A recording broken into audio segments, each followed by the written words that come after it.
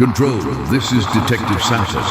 I have eyes on the suspect entering the warehouse through the north entrance, requesting immediate backup at my location. Welcome to Crime Stories for Sleep. Before we begin, I'd like to know, where are you listening from tonight, and what hour is it where you are?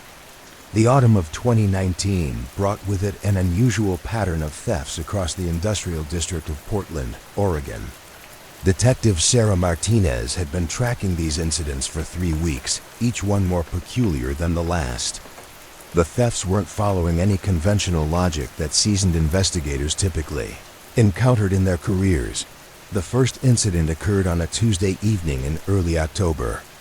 The Meridian Packaging Company, a modest operation housed in a converted warehouse near the Willamette River, reported the disappearance of several boxes of industrial adhesive. Nothing else had been touched. The security cameras showed a figure moving with deliberate purpose through the facility, but the person wore dark clothing and seemed to know exactly where the cameras were positioned, staying just outside their optimal range. What struck Detective Martinez as she reviewed the case files was the methodical nature of these thefts. The perpetrator never broke windows or forced locks in ways that would create noise. Instead, they seemed to possess an intimate knowledge of each building's vulnerabilities. At the packaging company, they had entered through a loading dock door that employees often forgot to secure properly after the evening shift. 3 days later, another incident occurred 12 blocks away at Cascade Electronics, a small repair shop specializing in vintage audio equipment. The thief had taken only copper wire, various electronic components, and a single soldering iron. Again, the entry point suggested inside knowledge, this time through a rear window, that the owner had mentioned to police was faulty and didn't lock properly. Detective Martinez spent her evenings driving through the industrial district, observing the rhythm of these streets after dark. The area took on a different character once the daytime workers departed. Loading docks stood empty like open mouths, and the amber glow of sodium streetlights created long shadows between buildings. Occasional security guards made their rounds, their flashlight beams cutting through the darkness in predictable patterns. The detective noticed how the district operated on routines. Cleaning crews arrived at certain buildings around 9 p.m. Security patrols followed established routes at regular intervals. Even the homeless individuals who sought shelter in doorways and behind dumpsters had their own territorial arrangements and schedules. Someone watching these patterns carefully could map out windows of opportunity with remarkable precision. The third theft confirmed Detective Martinez's growing suspicion about the perpetrator's familiarity with the area. Northwest Industrial Supply, a wholesaler of construction materials, lost several rolls of electrical cable, a few hand tools, and oddly, 3 safety helmets. The thief had entered through the main office, using a key that worked perfectly in the front door lock. This detail led Detective Martinez to examine the employment records of companies in the district more carefully. She discovered that many of these businesses relied on temporary workers, especially during busy seasons. These workers often received access cards or keys that weren't always properly collected when assignments ended. Additionally, cleaning services, security companies, and maintenance contractors had master keys or access codes for multiple buildings. As October progressed, the thefts continued with the same methodical approach. A plumbing supply company lost pipes and fittings. An automotive parts distributor was missing brake fluid and various tools. Each incident followed the pattern: careful entry, specific items taken, no unnecessary damage or mess left behind.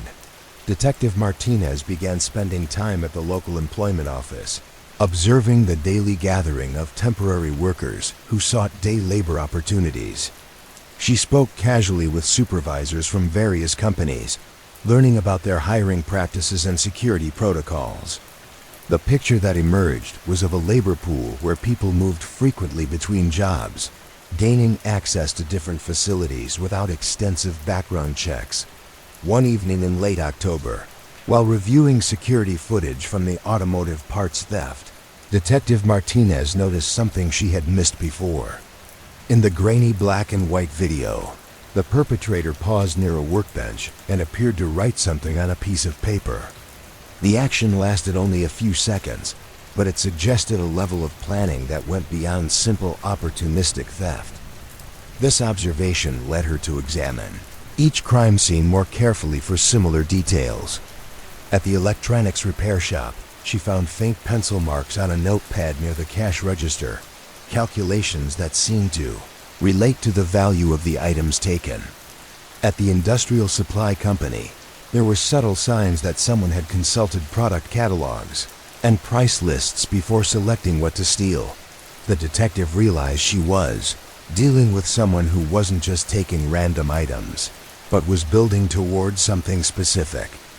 The collected materials, adhesives, copper wire, electronic components, cables, tools, safety equipment, suggested a project requiring both construction and electrical work.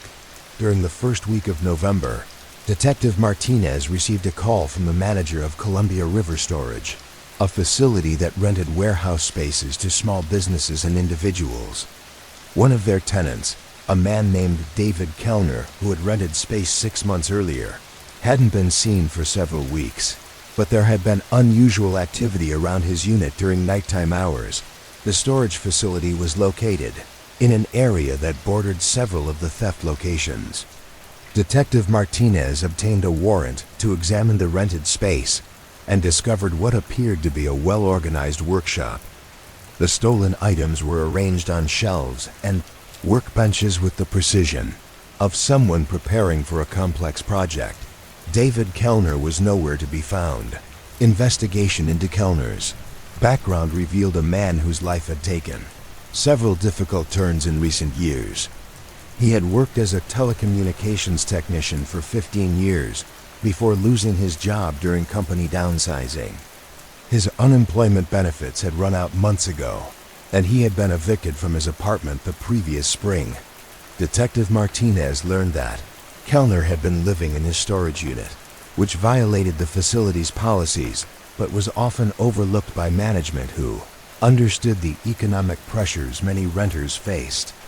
He had been picking up temporary work throughout the industrial district, gaining access to the various buildings that were later burglarized. The stolen materials, Detective Martinez discovered, were being used to construct elaborate electronic devices that Kellner planned to sell. His background in telecommunications had given him the knowledge to build sophisticated equipment, but his financial circumstances had made it impossible to purchase the necessary components legally. What made this case particularly complex was that Kellner wasn't stealing randomly or out of simple desperation. He had developed a detailed business plan for selling custom electronic devices to local businesses, and viewed the thefts as a form of involuntary investment in his enterprise. He had kept careful records of everything taken, and had intended to eventually compensate the businesses once his venture became profitable. Warehouse space revealed months of meticulous work. Kellner had constructed several prototype devices, including signal boosters, communication equipment, and security systems. The quality of his work was professional, and Detective Martinez could see why he believed these products would find a market. However, Kellner's current whereabouts remained unknown. His temporary worker friends hadn't seen him for over a week, and his usual sleeping spots in the district appeared unused. The storage facility manager mentioned that someone had been accessing the unit with increasing frequency, but always during the overnight hours when the office was closed. Detective Martinez began conducting surveillance on the storage facility, parking her unmarked car where she could observe the entrance during the evening hours. The area was quiet after dark, with only occasional traffic from late shift workers and delivery trucks serving nearby businesses. Her fourth night of surveillance, she observed a figure approaching the facility on foot around 2 a.m. The person moved carefully, staying close to the shadows created by parked trucks and shipping containers. When they reached the storage unit in question, they used a key to open the roll-up door, just wide enough to slip inside. Detective Martinez waited 30 minutes before approaching the unit. She could hear the quiet sounds of someone working inside, the subtle noises of tools being used and materials being moved. When she knocked on the door and identified herself as police, the sound stopped immediately. After several minutes of negotiation through the closed door, David Kellner agreed to come outside. He appeared tired and somewhat disheveled, but was cooperative and seemed almost relieved that his situation had reached a resolution. He had been living primarily in the storage unit for the past month, leaving only to purchase food and occasionally to search for legitimate employment opportunities. Kellner explained that he had continued working on his electronic devices, even after the thefts had attracted police attention, hoping to complete enough inventory to begin legitimate sales that would allow him to make restitution to the affected businesses. He had been tracking news reports about the investigation and realized that his activities were being systematically uncovered, but felt trapped by his circumstances and unsure how to resolve the situation without facing serious legal consequences. The case presented Detective Martinez with a complex ethical situation that went beyond the straightforward enforcement of property crime laws. Kellner had indeed committed multiple burglaries, but his motivations and methods differed significantly from typical theft cases. His plan to eventually compensate the victims, while legally irrelevant, demonstrated a level of moral consideration not usually present in property crimes. The stolen materials, when inventoried, totaled approximately $4,000 in value. However, Kellner had transformed many of these raw materials into finished products worth considerably more. The electronic devices he had constructed showed genuine innovation and craftsmanship that suggested legitimate commercial potential.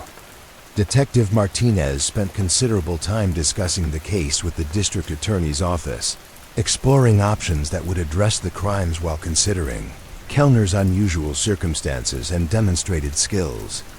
The affected businesses were consulted about their preferences for restitution versus prosecution, and several expressed interest in purchasing Kellner's completed devices at fair market value.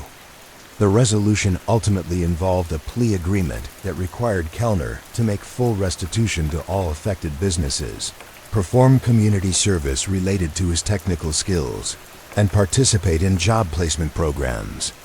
Several local businesses, impressed by the quality of his work, offered him legitimate employment opportunities that would allow him to rebuild his life while using his considerable talents productively. The industrial district returned to its normal rhythm of daytime commerce and quiet nights. The security improvements implemented by various businesses following the thefts created a more secure environment for everyone in the area. Detective Martinez continued her evening patrols through these streets, noting how the character of the district changed with the seasons and economic conditions. This case remained notable in her career, not because of its complexity or violence, but because it illustrated how desperation and opportunity could lead intelligent, skilled individuals toward criminal behavior that was both understandable and inexcusable. The industrial district, with its combination of valuable materials and inconsistent security, would always attract those seeking easy targets. But the majority of such crimes lacked the methodical planning and moral complexity that characterized David Kellner's brief career as a precision thief. The warehouse windows no longer drummed with autumn rain, but the rhythms of the district continued through winter and into the following spring, carrying with them the accumulated stories of all who worked and struggled and occasionally stumbled in these streets lined with dreams and disappointments. In equal measure, summer of 2020 brought an unusual heat wave to Sacramento, California, and with it came a series of credit card fraud cases that would challenge Detective Michael Chun's understanding of financial crime. The pattern emerged slowly, like a photograph developing in chemical baths, each new report adding another layer of detail to what would become one of the most sophisticated fraud operations the city had encountered. It began with Mrs. Elena Vasquez, a retired school teacher who noticed unauthorized charges on her credit card statement in early June. The amounts were small initially, a $20 purchase at a gas station she had never visited, a $35 charge from a restaurant across town, a $15 transaction at a convenience store. The modest nature of these charges had initially caused her to question her own memory rather than suspect. Fraud. Detective Chun received the case after Mrs. Vasquez filed a formal complaint with the Sacramento Police Department's Financial Crimes Unit. What caught his attention was not the amount stolen, which totaled less than $200, but the geographic pattern of the unauthorized transactions. Each charge had occurred at businesses within a 3-mile radius of each other, all located in a commercial district along Stockton Boulevard. The detective spent his first afternoon on the case driving through this district, observing the businesses where the fraudulent charges had occurred. The area was a mix of small family-owned establishments, chain restaurants, and service businesses that catered to the working-class neighborhoods surrounding them. Most of the merchants operated with older point-of-sale systems, and several still processed credit card transactions using the traditional carbon paper imprinters for backup when their electronic systems experienced problems. Detective Chen's next step was to interview the business owners where the fraudulent charges had occurred. At Ramirez Auto Repair, the owner remembered the transaction clearly because the customer had paid for a minor service with a credit card, which was unusual since most of their clients paid cash. The customer had been a well-dressed woman in her 30s who seemed unfamiliar with automotive terminology but was polite and patient. While the service was completed, the restaurant charge had occurred at Pho Saigon, a Vietnamese establishment where the owner recalled serving a lone female customer who had ordered an expensive combination dinner and paid with a credit card. The woman had seemed nervous and had left immediately after finishing her meal, which the owner found slightly odd since most customers lingered to chat or read while drinking tea. Pattern began emerging from these interviews. Each business owner described a similar customer, a woman in her 30s, professionally dressed, who seemed slightly uncomfortable or unfamiliar with the establishment she was visiting. She always paid with a credit card and never returned to any of the businesses. Detective Chun expanded his investigation by contacting other financial institutions in the Sacramento area to determine if similar fraud patterns were occurring. Within a week, he had identified 17 additional victims whose credit cards had been used fraudulently in the same general area. The total amount stolen was approaching $3,000, but more importantly, the method suggested a level of organization that went beyond simple opportunistic crime. The breakthrough came when Detective Chen decided to examine the timing of all the fraudulent transactions.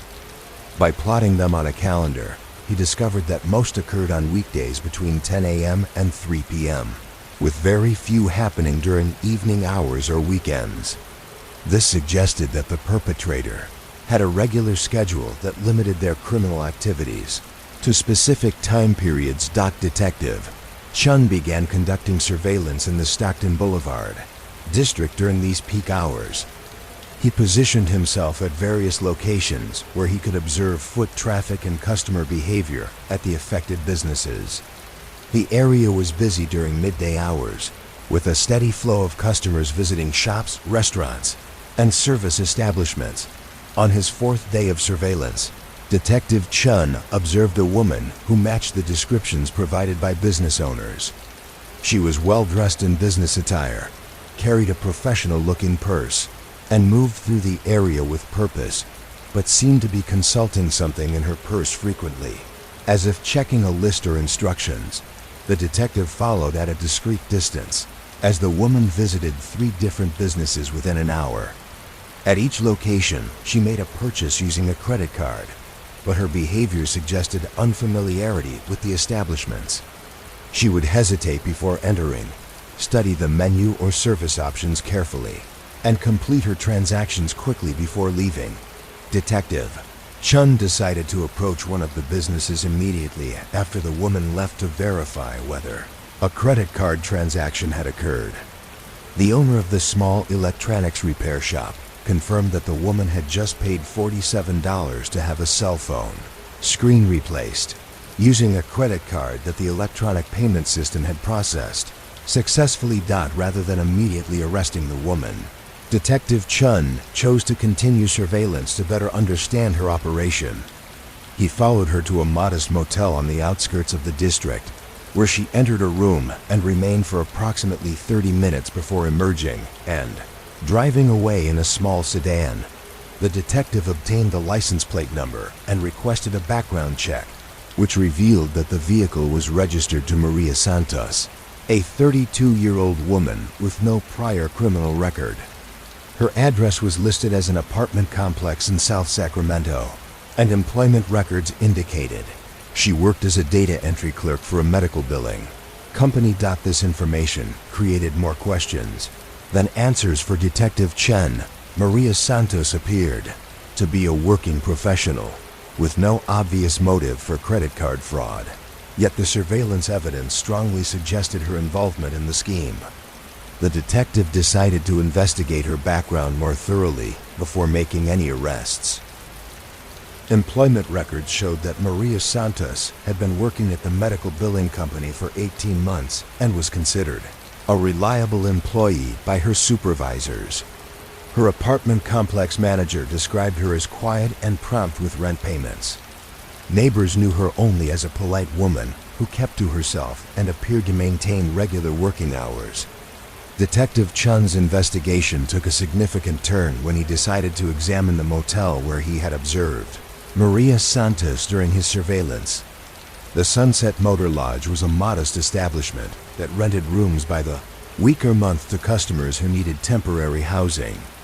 The manager was cooperative when Detective Chun explained his investigation and provided information about the room Santos had visited.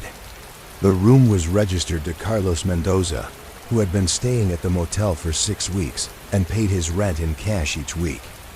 The manager described Mendoza as a friendly man in his 40s who claimed to be in Sacramento temporarily for work. He drove an older pickup truck and seemed to have visitors occasionally, but caused no problems and paid his bills promptly. Detective Chun requested permission to examine the room and discovered what appeared to be a sophisticated credit card fraud operation. The space contained a laptop computer, a high-quality printer, various blank plastic cards, and a device for encoding magnetic stripes. Most importantly, there were dozens of credit card numbers written on paper, along with corresponding personal information that would be needed to use the cards fraudulently. The detective realized that Maria Santos was likely just one of several people working for Carlos Mendoza in this fraud scheme. Her role appeared to be making purchases with fraudulent credit cards, while Mendoza remained behind the scenes, producing the cards and coordinating the operation from his motel room headquarters. Surveillance of the motel revealed that Santos was indeed one of multiple people visiting Mendoza's room regularly. Over the course of a week, Detective Chen observed 5 different individuals making brief visits to the room, each staying approximately 30 minutes before leaving. The visitors included both men and women of various ages, but all shared the characteristic of being well-dressed and appearing to be ordinary working professionals. Detective Chun coordinated with federal authorities since the credit card fraud crossed state lines and involved sophisticated equipment for producing fraudulent cards. The investigation revealed that Mendoza had been operating similar schemes in several California cities over the past 2 years, always using the same model of recruiting local people to make purchases with fraudulent cards while he remained in the background producing the necessary materials. The recruitment process typically involved Mendoza identifying people with financial difficulties who were nonetheless trustworthy enough to handle credit cards and make purchases without attracting suspicion. He would offer them what seemed like legitimate part-time work, claiming to represent various companies that needed people to make purchases or payments on their behalf. Maria Santos, when eventually interviewed, explained that she had responded to an online advertisement for part-time work that could be done during lunch breaks or after regular working hours. Mendoza had presented himself as representing a market research company that needed people to make purchases at various businesses to evaluate customer service and pricing. The work paid well, and Santos had been grateful for the additional income to help with her elderly mother's medical expenses. Each recruit received detailed instructions about which businesses to visit and what purchases to make, along with credit cards that Mendoza claimed belonged to the research company. The recruits were told that they were helping the company understand customer experiences at different types of establishments, and the specific nature of their purchases was designed to gather pricing and service information. The sophistication of Mendoza's operation lay not only in the quality of his fraudulent credit cards, but in his ability to recruit and manage people who genuinely believed they were performing legitimate work. None of the recruits had criminal backgrounds, and most were struggling financially in ways that made the additional income attractive without seeming too good to be true. Detective Chan's investigation ultimately identified 12 people who had unknowingly participated in Mendoza's fraud scheme across Sacramento and 2 neighboring cities. The total amount of fraudulent charges exceeded $50,000, involving over 200 individual victims whose credit card information had been stolen through various means, including data breaches, skimming devices, and online fraud. The arrest of Carlos Mendoza occurred when Detective Chin and federal agents executed a warrant at the Sunset Motor Lodge. Mendoza was in his room with a female recruit who was receiving instructions for the day's assignments.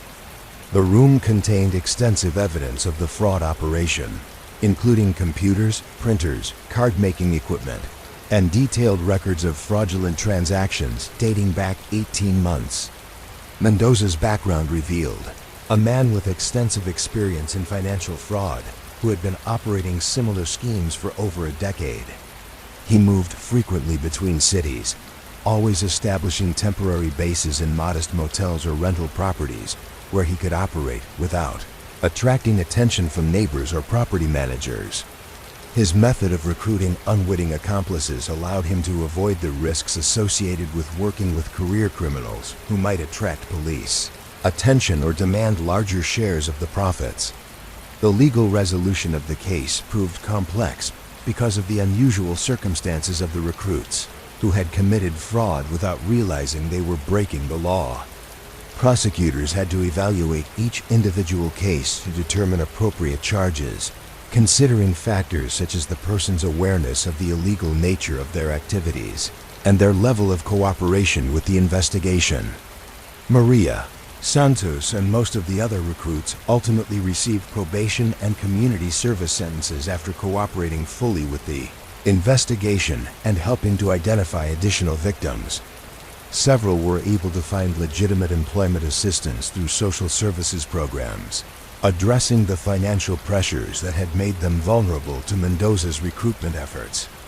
The affected businesses in the Stockton Boulevard district implemented improved security measures for credit card processing, including upgrading their electronic payment systems and training employees to recognize potentially fraudulent transactions. The case highlighted the vulnerability of small businesses that relied on older payment processing technology and had limited resources for fraud prevention. Detective Chen continued to monitor financial fraud patterns in Sacramento, noting how operations like Mendoza's adapted to new security measures and law enforcement techniques. The use of unwitting accomplices represented a particularly challenging aspect of modern fraud schemes, as it complicated investigations and created legal situations where traditional approaches to criminal prosecution were not always appropriate.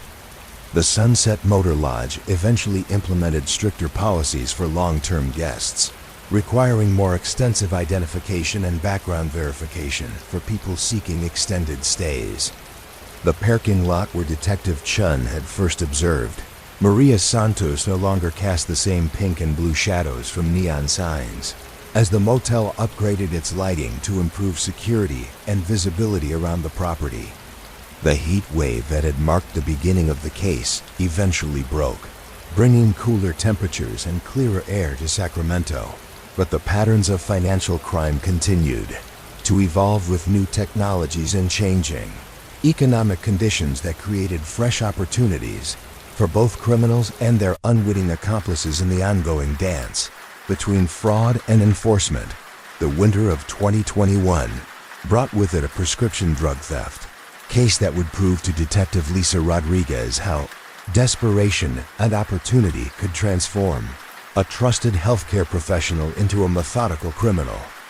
The investigation began in January when several pharmacies across Denver, Colorado, reported inventory discrepancies that couldn't be explained by normal accounting errors or administrative mistakes. Westfield Pharmacy was the first to notice the problem. During their monthly inventory audit, pharmacist manager Janet Walsh discovered that they were missing significant quantities of controlled substances, primarily opioid pain medications and anxiety treatments. The missing medications weren't from a single large theft, but rather appeared to have disappeared gradually over several weeks, with only small amounts taken at any given time. Detective Rodriguez was assigned to the case when Westfield Pharmacy filed a formal report with the Denver Police Department. The gradual nature of the thefts suggested someone with legitimate access to the pharmacy's inventory, rather than an external burglary. The missing medications totaled approximately $8,000 in street value, but more concerning was the pattern that suggested ongoing criminal activity rather than a single incident. The detective's initial investigation focused on current and former employees of Westfield Pharmacy. The business employed 12 people in various roles, including licensed pharmacists, pharmacy technicians, and administrative staff. All employees had passed background checks required for handling controlled substances, and none had previous criminal records or obvious financial problems that might motivate theft. Detective Rodriguez spent considerable time learning about pharmacy operations and the regulations governing controlled substances. Each prescription medication was tracked from delivery to dispensing through multiple record-keeping systems designed to prevent theft and diversion. The missing medications should have left clear audit trails indicating where the breakdown in security had occurred. The inventory control system at Westfield showed that the missing medications had been logged as dispensed to legitimate prescriptions. But when Detective Rodriguez cross-referenced these records with patient information, she discovered that many of the prescriptions were for patients who had not actually received the medications. The prescription records appeared to have been falsified to cover the theft of inventory data. This discovery narrowed the investigation considerably, since only licensed pharmacists and senior technicians had access to the computer systems needed to create false prescription records. Detective Rodriguez focused her attention on the 3 people at Westfield who possessed the necessary access and knowledge to manipulate the inventory control system. Thomas Morrison was a 45-year-old licensed pharmacist who had worked at Westfield for 6 years. His employment record was excellent, and he was considered reliable and knowledgeable by both colleagues and customers. Susan Chun was a pharmacy technician with 8 years of experience who had recently completed additional training. That gave her expanded access to inventory systems. The third suspect was David Kim, the assistant pharmacy manager who had worked in various pharmacies throughout Denver for over a decade. Detective Rodriguez began discreet surveillance of all 3 suspects, observing their work schedules and activities outside of normal business hours. The investigation was complicated by the fact that pharmacy employees often worked irregular hours, including evening and weekend shifts when prescriptions needed to be filled for emergency situations, or 24-hour medical facilities. The breakthrough came when Detective Rodriguez discovered that similar inventory discrepancies were occurring at 2 other pharmacies in different parts of Denver. Mountain View Pharmacy and Riverside Drug had both reported unexplained losses of controlled substances, and the pattern of gradual theft, disguised by falsified prescription records, was identical to what had occurred at Westfield. The detective realized that the thefts were likely being committed by someone who had access to multiple pharmacy locations, rather than a single employee working at one establishment. This suggested either someone in a supervisory role who visited different locations, or someone who had recently changed jobs between pharmacies, or possibly someone with temporary or consulting relationships with multiple businesses. Detective Rodriguez expanded her investigation to examine personnel records for all 3 affected pharmacies, looking for individuals who had worked at multiple locations or who had access to several facilities. The search revealed that Thomas Morrison had indeed worked at all 3 pharmacies at various times over the past 2 years, filling in as a relief pharmacist when regular staff were unavailable due to illness, vacation, or other circumstances. Relief pharmacists were essential to pharmacy operations, since licensed pharmacists were required to be present whenever controlled substances were dispensed. Morrison had developed a reputation as a reliable substitute who could quickly familiarize himself with different inventory systems and workplace procedures. His services were in demand throughout the Denver area, and he often worked at multiple locations within a single week. This work pattern had given Morrison extensive knowledge of security procedures and inventory control systems at numerous pharmacies. More importantly, it had provided him with legitimate reasons to be present at different locations during various shifts, including evening and weekend hours when fewer staff members were present to observe his activities. Detective Rodriguez began conducting more focused surveillance of Morrison, tracking his movements between different pharmacy locations and observing his behavior during work hours.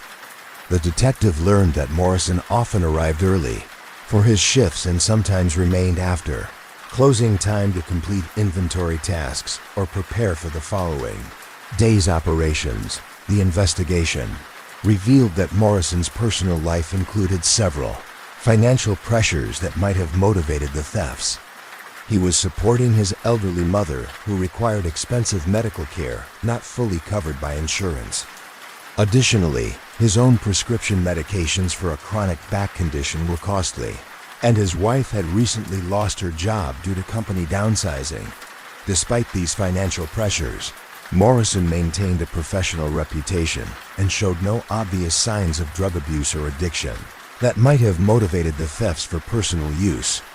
Detective Rodriguez concluded that he was likely stealing the medications to sell them, using his professional knowledge to select drugs with high street value and strong market demand. The method Morrison used to cover his thefts was sophisticated and took advantage of his intimate knowledge of pharmacy operations. He would create false prescription records for real patients, using their legitimate prescription histories to make the falsified records appear authentic. The medications would then be removed from inventory as if they had been legally dispensed, but Morrison would keep the drugs for a legal sale. Detective Rodriguez coordinated with narcotics investigators to understand the illegal prescription drug market in Denver. The medications Morrison was stealing, primarily opioid pain relievers and benzodiazepine anxiety medications, were in high demand on the street and could be sold for several times their wholesale cost to pharmacies. The detective learned that prescription drug diversion had become a significant problem throughout Colorado, with legitimate medications being stolen from various points in the supply chain and sold illegally. Healthcare professionals were considered particularly valuable sources for illegal drugs because they had access to pharmaceutical-grade medications and could provide drugs that users trusted to be authentic and pure.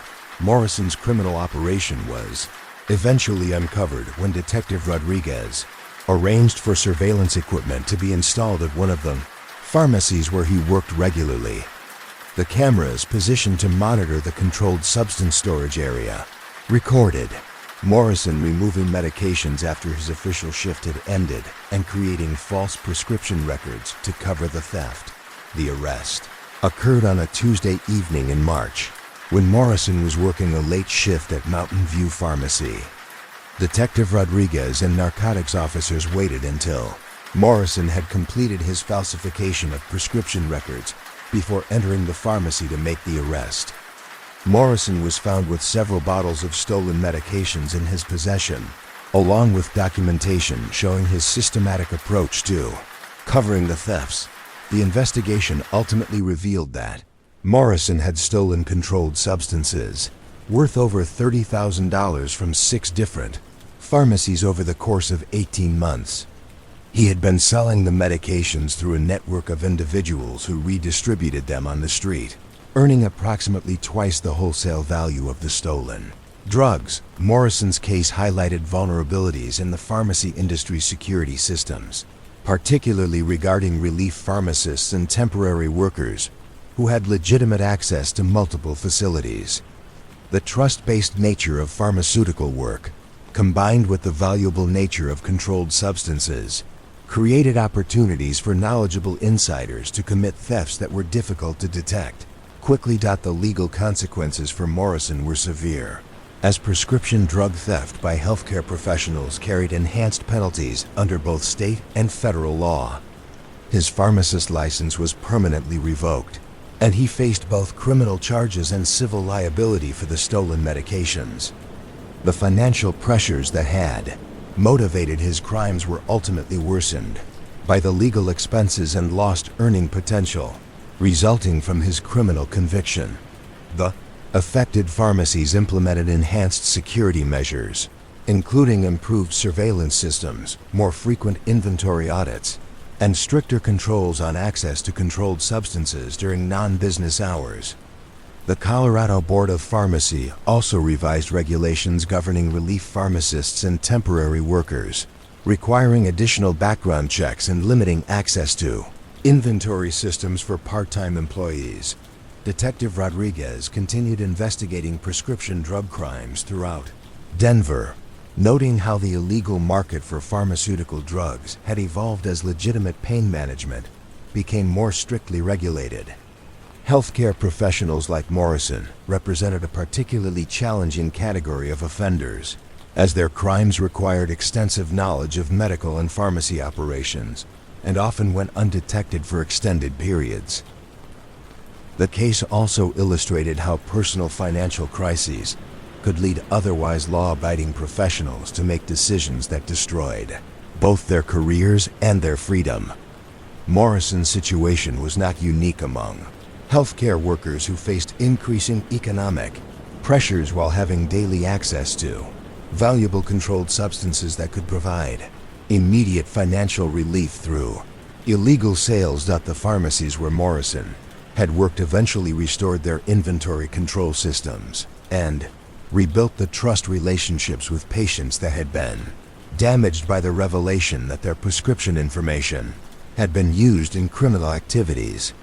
The quiet atmosphere of these establishments returned to normal, with the soft sounds of pills being counted and prescriptions being filled, but with enhanced awareness of the need to balance professional trust with appropriate security measures. The winter that had brought Morrison's crimes to light eventually gave way to spring in Denver, but the patterns of prescription drug diversion continued to evolve as law enforcement and healthcare regulatory agencies adapted to new methods of theft and illegal distribution. In the ongoing effort to balance patient access to necessary medications with prevention of criminal abuse of the pharmaceutical supply system. Asterisk. The spring of 2022 brought Detective James Walker an identity theft case that would demonstrate how criminal enterprises could hide in plain sight, operating within the rhythms of ordinary municipal services. The investigation began when several Minneapolis residents reported that their personal information had been used to open fraudulent accounts and make unauthorized purchases, but the pattern of the theft suggested something more systematic than typical identity crime. The first victim was Margaret Thompson, a retired librarian who discovered that someone had used her social security number and personal information to open 3 different credit card accounts. The fraudulent accounts had been used to make purchases totaling over $7,000 before being abandoned. What made Margaret's case unusual was that she had been extremely careful about protecting her personal information and rarely used credit cards or conducted business online. Detective Walker's initial investigation focused on how the perpetrator might have obtained Margaret's personal information. She had not lost her purse or wallet, had not responded to phishing emails or suspicious phone calls, and had not conducted any transactions that might have exposed her information to theft. The mystery deepened when Detective Walker discovered that Margaret's mail had been delivered normally, with no evidence that someone had intercepted her correspondence. Within 2 weeks of Margaret's report, Detective Walker received similar complaints from 8 other Minneapolis residents. All reported that their personal information had been used fraudulently, and all shared Margaret's confusion about how their information might have been stolen. The victims lived in different neighborhoods throughout the city and had no obvious connections to each other or to common businesses where a data breach might have occurred. Detective Walker began mapping the addresses of all the victims to look for geographic patterns that might provide clues about how their information was being stolen. The mapping revealed that all the victims lived along garbage collection routes served by the same waste management company, but their homes were spread across multiple neighborhoods and collection days, making it difficult to see how this connection might be relevant to the identity thefts. The detective decided to examine the waste management company's operations more closely. Midwest Waste Solutions employed over 200 people in various roles, including truck drivers, collection crews, sorting facility workers, and administrative staff. The company served most of Minneapolis and several surrounding communities, collecting residential garbage, recycling, and yard waste on regular schedules throughout the week. Detective Walker learned that garbage collection provided workers with legitimate access to residential areas during early morning hours when few people were present to observe their activities. Collection crews typically worked in teams of 2 or 3 people, following established routes that brought them to hundreds of homes each day. The work required physical stamina and efficiency, but also provided opportunities for workers to observe patterns of residential activity and access areas around homes that might contain valuable information. The investigation took a significant turn when Detective Walker decided to examine what types of personal information might be discarded in residential garbage. Many people threw away documents containing social security numbers, account information, and other sensitive data without properly destroying them. Pre-approved credit card offers, bank statements, insurance documents, and tax records were commonly found in household trash, often containing enough information to enable identity theft. Detective Walker coordinated with Midwest Waste Solutions to review employment records and work schedules for crews that had served the neighborhoods where identity theft victims lived. The company was cooperative, providing personnel information and route assignments that allowed the detective to identify workers who had access to all the affected areas. The analysis revealed that 16 different collection crews had served the various neighborhoods where victims lived, but only 3 employees had worked routes that included all the affected addresses at some point during the 6 months preceding the identity thefts. These 3 workers became the focus of Detective Walker's investigation. Robert Martinez was a 38-year-old truck driver who had worked for Midwest Waste Solutions for 4 years. His employment record showed reliable attendance and no disciplinary problems, and his supervisors considered him a dependable employee who often volunteered for overtime shifts. Kevin Johnson was a 29-year-old collection crew member who had been with the company for 2 years and was working toward becoming a truck driver. The third suspect was Anthony Davis, a 45-year-old crew supervisor who had worked in waste management for over a decade. Detective Walker began conducting discreet surveillance of all 3 suspects, observing their work routines and activities outside of normal employment hours. The surveillance was challenging because garbage collection occurred very early in the morning, often beginning before dawn, and the suspects worked in different areas of the city on different days of the week. The breakthrough came when Detective Walker decided to examine the personal financial situations of the three suspects. Anthony Davis had recently experienced significant financial problems, including foreclosure proceedings on his home and garnishment of his wages for unpaid debts. Despite these financial pressures, Davis had recently made several large cash purchases and had opened new bank accounts that showed substantial deposits over the past several months. Detective Walker obtained warrants to examine Davis's financial records and discovered that he had deposited over $15,000 in cash during the period when the identity thefts had occurred. The deposits were made in small amounts at different bank locations, suggesting an attempt to avoid triggering reporting requirements for large cash transactions. The detective also discovered that Davis had been purchasing personal information from the identity theft victims through a sophisticated operation that took advantage of his legitimate access to residential garbage. Davis would search through garbage bags for documents containing personal information, collect these documents throughout his work shift, and then use the information to create fraudulent accounts and make unauthorized purchases. The operation was more complex than simple dumpster diving, because Davis had developed systematic methods for processing the stolen information. He used the personal data to research his victims' credit histories and financial situations, selecting targets who were likely to have good credit ratings that would make fraudulent accounts easier to open. He also timed his criminal activities to coincide with billing cycles and account monitoring patterns that would delay detection of the fraudulent accounts. Detective Walker's investigation revealed that Davis had been operating this scheme for over a year, gradually expanding his activities as he refined his methods and learned to avoid detection. He had stolen personal information from dozens of Minneapolis residents, though not all of the thefts had resulted in successful fraud due to various security measures implemented by financial institutions. Asterisk. The case became more complex when Detective Walker discovered that Davis was not working alone. He had recruited Kevin Johnson to help collect documents containing personal information, and the two men had developed an efficient system for sorting through garbage to identify valuable documents while maintaining their normal work pace and avoiding suspicion from supervisors or co-workers. Johnson's role in the operation was primarily logistical.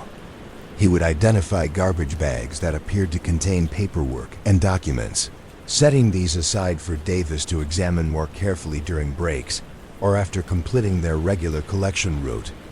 Johnson received a portion of the profits from successful identity thefts, providing him with supplemental income that helped support his young family. The detection and arrest of Davis and Johnson required careful coordination between Detective Walker and Midwest Waste Solutions Management.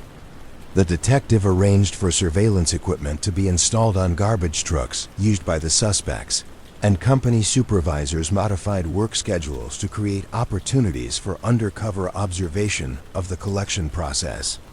The arrests occurred on a Tuesday morning in early May, when Davis and Johnson were observed removing documents from residential garbage bags and concealing them in their personal belongings rather than depositing them in the waste collection truck.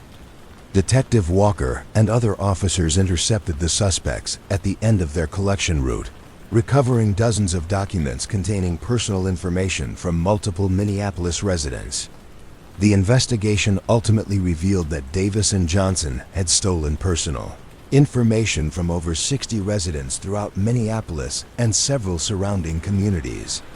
The total financial losses from successful identity thefts exceeded $40,000, but the potential damage was much greater since many of the stolen documents contained enough information to enable future fraudulent activities. The case highlighted significant security vulnerabilities in how people disposed of sensitive personal information. Many residents were unaware of the types of documents that could enable identity theft, and few took adequate precautions to destroy sensitive information before discarding it. The regular, predictable nature of garbage collection also provided criminals with reliable access to residential areas and opportunities to search for valuable information. Midwest Waste Solutions implemented new security procedures following the arrests, including enhanced background checks for employees, revised training programs that addressed information security, and improved supervision of collection crews. The company also began educational outreach to customers about proper disposal of documents containing personal information. Detective Walker worked with community organizations to develop public awareness campaigns about identity theft prevention, focusing on the importance of properly destroying sensitive documents before disposal. The campaigns emphasized that garbage collection provided criminals with legitimate access to residential areas and opportunities to steal personal information from household trash. The legal consequences for Davis and Johnson included both criminal charges and civil liability for the financial losses suffered by their victims. Davis received a longer sentence due to his leadership role in the operation and his longer criminal history, while Johnson's cooperation with the investigation and his lesser role in the scheme resulted in more lenient treatment. The identity theft victims faced lengthy processes of repairing their credit records and resolving fraudulent accounts, even though they were not financially responsible for the unauthorized charges. Several victims reported that the experience had made them much more cautious about how they handled and disposed of personal information, and many invested in paper shredders and other security measures to protect their sensitive documents. The municipal rhythms of garbage collection continued throughout Minneapolis, with crews following their established routes in the early morning hours when the city was still quiet and few residents were awake to observe their activities. The hydraulic whines and mechanical sounds of waste collection trucks remained familiar background noise in residential neighborhoods, but with enhanced awareness of the need to protect personal information from criminal exploitation during these routine municipal services. Detective Walker continued investigating identity theft cases throughout Minneapolis, noting how criminal methods evolved as public awareness increased and security measures improved. The case involving Davis and Johnson remained notable for demonstrating how criminals could exploit legitimate access to residential areas and transform routine municipal services into opportunities for systematic information theft that could affect dozens of victims before being detected and stopped. The autumn of 2022 brought Detective Amanda Park a money laundering case that would reveal how criminal enterprises could disguise themselves as legitimate hospitality businesses in the heart of Seattle, Washington. The investigation began when federal banking authorities noticed unusual patterns in cash deposits being made by several small hotels and motels throughout the city. Deposits that seemed inconsistent with typical hospitality industry operations. First establishment to attract attention was the Pacific Inn, a modest 40-room hotel located near Seattle's International District. The hotel appeared unremarkable from the outside, with standard amenities and rates that were competitive with similar properties in the area. However, banking records showed that the Pacific Inn was making cash deposits totaling over $50,000 per month, amounts that seemed excessive for a hotel of its size and occupancy. Rates. Detective Park was assigned to investigate these financial irregularities as part of a joint task force between Seattle police and federal agencies focused on money laundering operations. Her initial approach was to understand the legitimate hospitality business and identify what normal cash flow patterns should look like for hotels and motels in Seattle's competitive market. The detective learned that most hotels in Seattle process the majority of their payments through credit cards and electronic transactions, with cash payments typically representing less than 20% of total revenue. Cash deposits from legitimate hotel operations usually occurred in predictable patterns related to daily room rates, restaurant sales, and incidental charges, with larger deposits following weekends and special events that attracted more visitors to the city. Detective Park began conducting surveillance of the Pacific Inn, observing customer traffic and business operations during different times of day and week. The hotel appeared to maintain normal levels of activity, with guests checking in and out at regular intervals and staff following standard hospitality procedures. However, the detective noticed that many guests seemed to stay for very short periods, often checking out within a few hours of arrival. The investigation revealed that the Pacific Inn was indeed operating as a functional hotel, but its primary purpose was to provide a legitimate business framework for processing illegal cash. Criminal organizations would book rooms using false identities, pay in cash for extended stays, and then request refunds through electronic transfers or checks that could be deposited into legitimate bank accounts. This refund laundering scheme allowed criminals to convert large amounts of cash into traceable electronic payments that appeared to be legitimate business transactions. The hotel would keep a percentage of the laundered money as payment for providing this service, while the criminals received clean electronic payments that could be used without attracting the attention of law enforcement or banking authorities. Detective Park discovered that the Pacific Inn was not operating this scheme independently, but was part of a network of hospitality businesses throughout Seattle that were providing similar money laundering services. The network included 3 additional hotels, 2 motels, and a short-term rental management company that operated apartments and condominiums for visiting business travelers and tourists. The coordination between these businesses was sophisticated, with cash laundering activities distributed across multiple locations and time periods to avoid creating obvious patterns that might attract regulatory attention. Each business maintained legitimate hospitality operations that provided cover for their money laundering activities, and all employed staff who were unaware of the illegal aspects of their operations. Detective Park's investigation required extensive financial analysis to distinguish between legitimate business transactions and money laundering activities.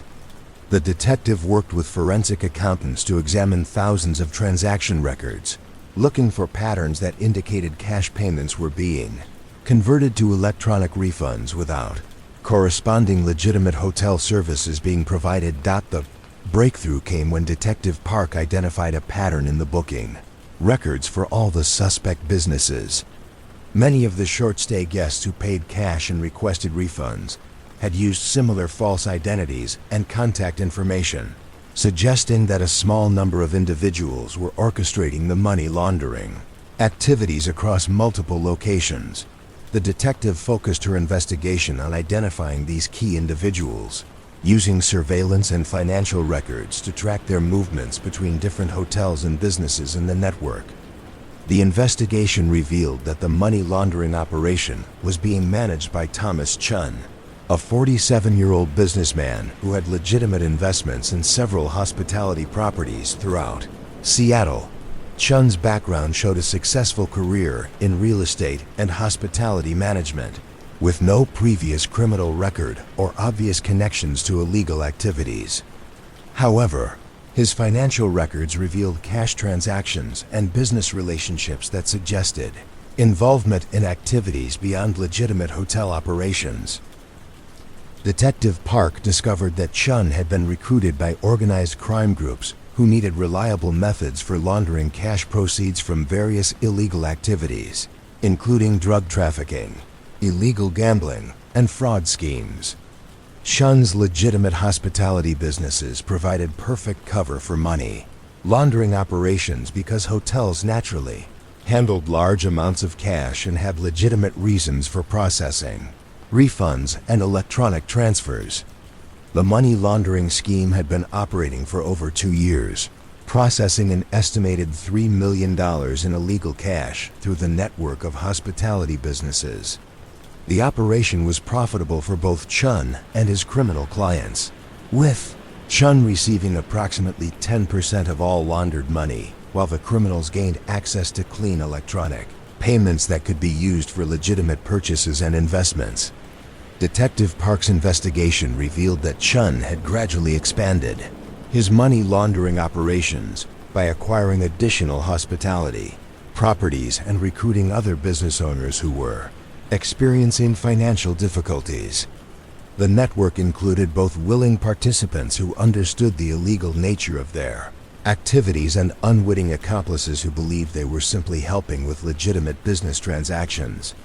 The complexity of the investigation required coordination with multiple law enforcement agencies, as the money being laundered originated from criminal activities in several states, and the electronic transfers created a paper trail that crossed multiple jurisdictions. Federal agencies provided expertise in financial crime investigation, while local police contributed knowledge of Seattle's hospitality industry and business community. The surveillance phase of the investigation lasted several months, with Detective Park and other officers observing the daily operations of all the businesses in Chun's network. The investigators documented the arrival and departure of cash couriers, the processing of fraudulent hotel transactions, and the electronic transfer of laundered money to various bank accounts controlled by criminal organizations.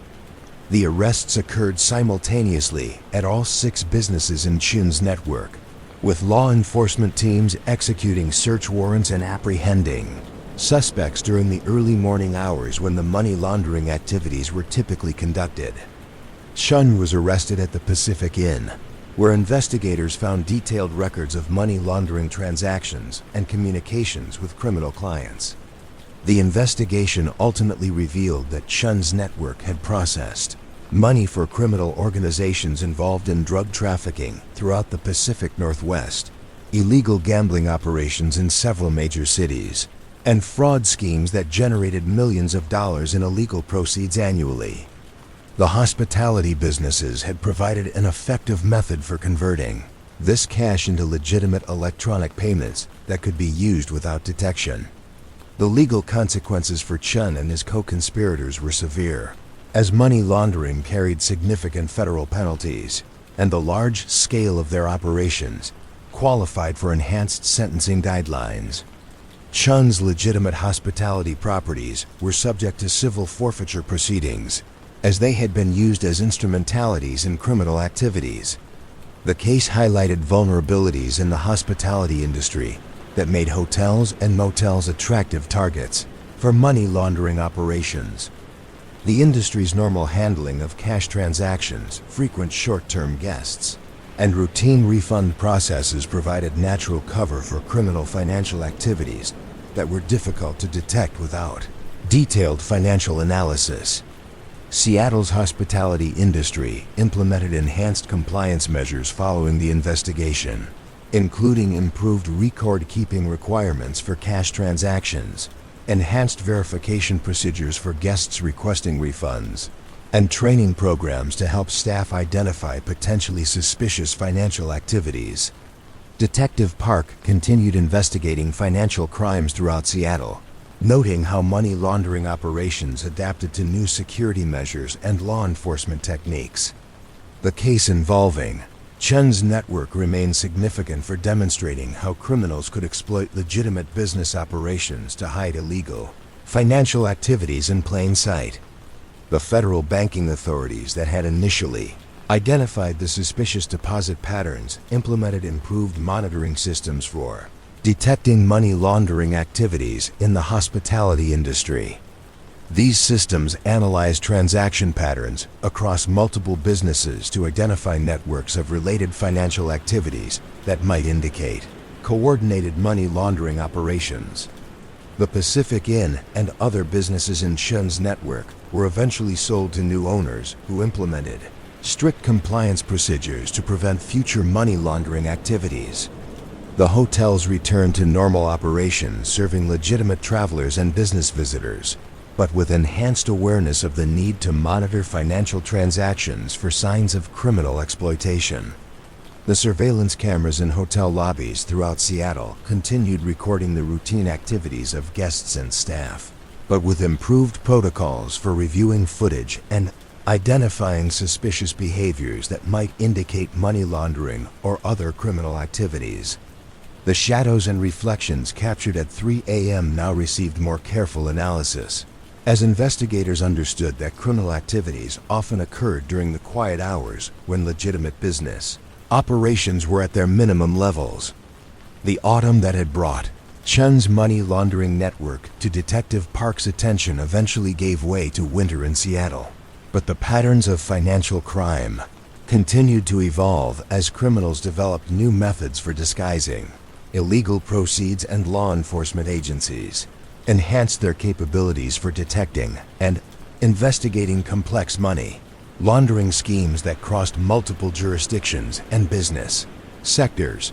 The winter of 2023 brought Detective Robert Hayes a corporate espionage case that would demonstrate how modern technology could transform ordinary office buildings into sophisticated surveillance operations. The investigation began when several Phoenix, Arizona businesses reported that their confidential information had been leaked to competitors, but the source of these security breaches remained mysterious. Despite extensive internal investigations, the first company to report suspicious activity was Meridian Technologies, a software development firm specializing in healthcare applications. The company had been developing a new patient management system when they discovered that a competitor had released a remarkably similar product just weeks before Meridian's planned launch. The similarities were too extensive to be coincidental, suggesting that detailed information about Meridian's project had been obtained illegally. Detective Hayes was assigned to investigate these corporate security breaches as part of the Phoenix Police Department's white-collar crime unit. His initial approach focused on traditional sources of corporate espionage, including disgruntled employees, business partners with access to confidential information, and cybersecurity vulnerabilities that might have allowed external hackers to access company data. The investigation of Meridian Technologies revealed that the company had implemented comprehensive cybersecurity measures and had no recent departures of employees with access to the stolen information. The leaked data included not only technical specifications for their software, but also detailed marketing strategies, pricing information, and internal communications that suggested someone had been monitoring their operations extensively. Within 6 weeks of Meridian's report, Detective Hayes received similar complaints from 4 other Phoenix businesses. All reported that confidential information had been leaked to competitors, and all were located in the same downtown office district. The affected companies included a financial consulting firm, an architectural practice, a legal office specializing in intellectual property, and a market research company. Detective Hayes began examining the common factors shared by all the affected businesses. They were all located in modern office buildings within a 6-block radius of downtown Phoenix. All maintained sophisticated security systems, and all employed professionals who regularly discussed confidential business matters in their workplace environments. Asterisk. The detective's investigation took a significant turn when he learned that all 5 affected businesses were located in office buildings managed by the same property management company. Phoenix Commercial Properties managed 12 buildings in the downtown area, providing services including maintenance, security, cleaning, and building system management for hundreds of businesses. Detective Hayes focused his investigation on Phoenix Commercial Properties, examining their operations and employee access to the buildings where corporate espionage had occurred. The company employed over 100 people in various roles, including building engineers, security personnel, cleaning staff, and administrative workers who had legitimate access to office spaces throughout the downtown district. The breakthrough came when Detective Hayes decided to examine the building systems and infrastructure that served the affected office spaces. Modern office buildings contained extensive networks of electronic systems for security, climate control, communication, and building management. These systems often included capabilities for monitoring and recording activities within office spaces, ostensibly for security and operational purposes. Detective Hayes discovered that several buildings managed by Phoenix Commercial Properties had been equipped with advanced surveillance systems that went far beyond normal security requirements. These systems included high-sensitivity audio recording equipment capable of capturing conversations in offices, conference rooms, and common areas throughout the buildings. The surveillance equipment had been installed and maintained by Marcus Webb, a 43-year-old electronics technician who worked as an independent contractor for Phoenix Commercial Properties. Webb's background showed extensive experience in security systems and electronic surveillance, and he had legitimate access to all areas of the buildings where corporate espionage had occurred. Detective Hayes learned that Webb had been systematically installing unauthorized surveillance equipment throughout the office buildings he serviced, using his legitimate access and technical expertise to create a comprehensive corporate intelligence gathering operation. The surveillance systems were sophisticated enough to capture detailed conversations and could be monitored remotely without requiring Webb's physical presence in the buildings. The investigation revealed that Webb was not operating independently, but was working for a corporate intelligence firm that sold confidential business information to companies seeking competitive advantages.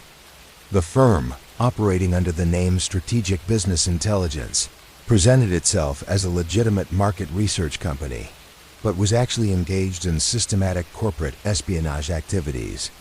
Strategic Business Intelligence had recruited Webb because of his access to office buildings and his technical skills in electronic surveillance. The company provided Webb with advanced recording equipment and paid him substantial fees for installing and maintaining surveillance systems that could capture confidential business discussions and meetings. The corporate espionage operation had been active for over 18 months, with Webb gradually expanding his surveillance network throughout downtown Phoenix office buildings. The operation generated detailed intelligence reports about business strategies, financial information, personnel decisions, and competitive plans that were sold to client companies willing to pay for illegally obtained information. Detective Hayes' investigation required coordination with federal agencies, as the corporate espionage activities violated federal laws governing electronic surveillance and interstate commerce. The case also involved multiple jurisdictions, since some of the companies purchasing stolen information were located outside Arizona, and the intelligence reports were transmitted electronically across state lines.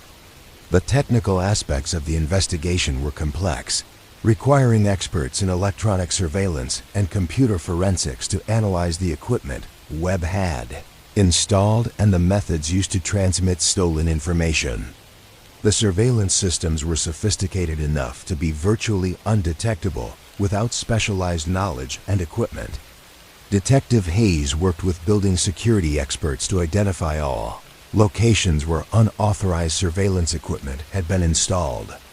The search revealed that Webb had placed recording devices in conference rooms, executive offices, common areas, and even elevators in multiple buildings throughout downtown Phoenix. The scope of the surveillance operation was extensive, with Webb having potentially recorded thousands of hours of confidential business conversations involving dozens of companies. The investigation required careful analysis to determine which businesses had been affected and what types of confidential information had been compromised. The arrests occurred simultaneously at Webb's residence and the offices of Strategic Business Intelligence, with law enforcement teams executing search warrants and seizing electronic equipment, surveillance devices, and computer systems containing stolen business intelligence. Webb was arrested while attempting to access surveillance equipment in one of the downtown office buildings. The investigation ultimately revealed that Strategic Business Intelligence had been selling stolen corporate information to companies throughout the southwestern United States, generating over $2 million in illegal revenue. The intelligence reports included detailed information about business strategies, financial projections, personnel changes, and competitive plans that provided significant advantages to purchasing companies. Webb's role in the operation had been essential, as his legitimate access to office buildings and technical expertise in surveillance systems had enabled the systematic theft of corporate information. that would have been impossible to obtain through other methods.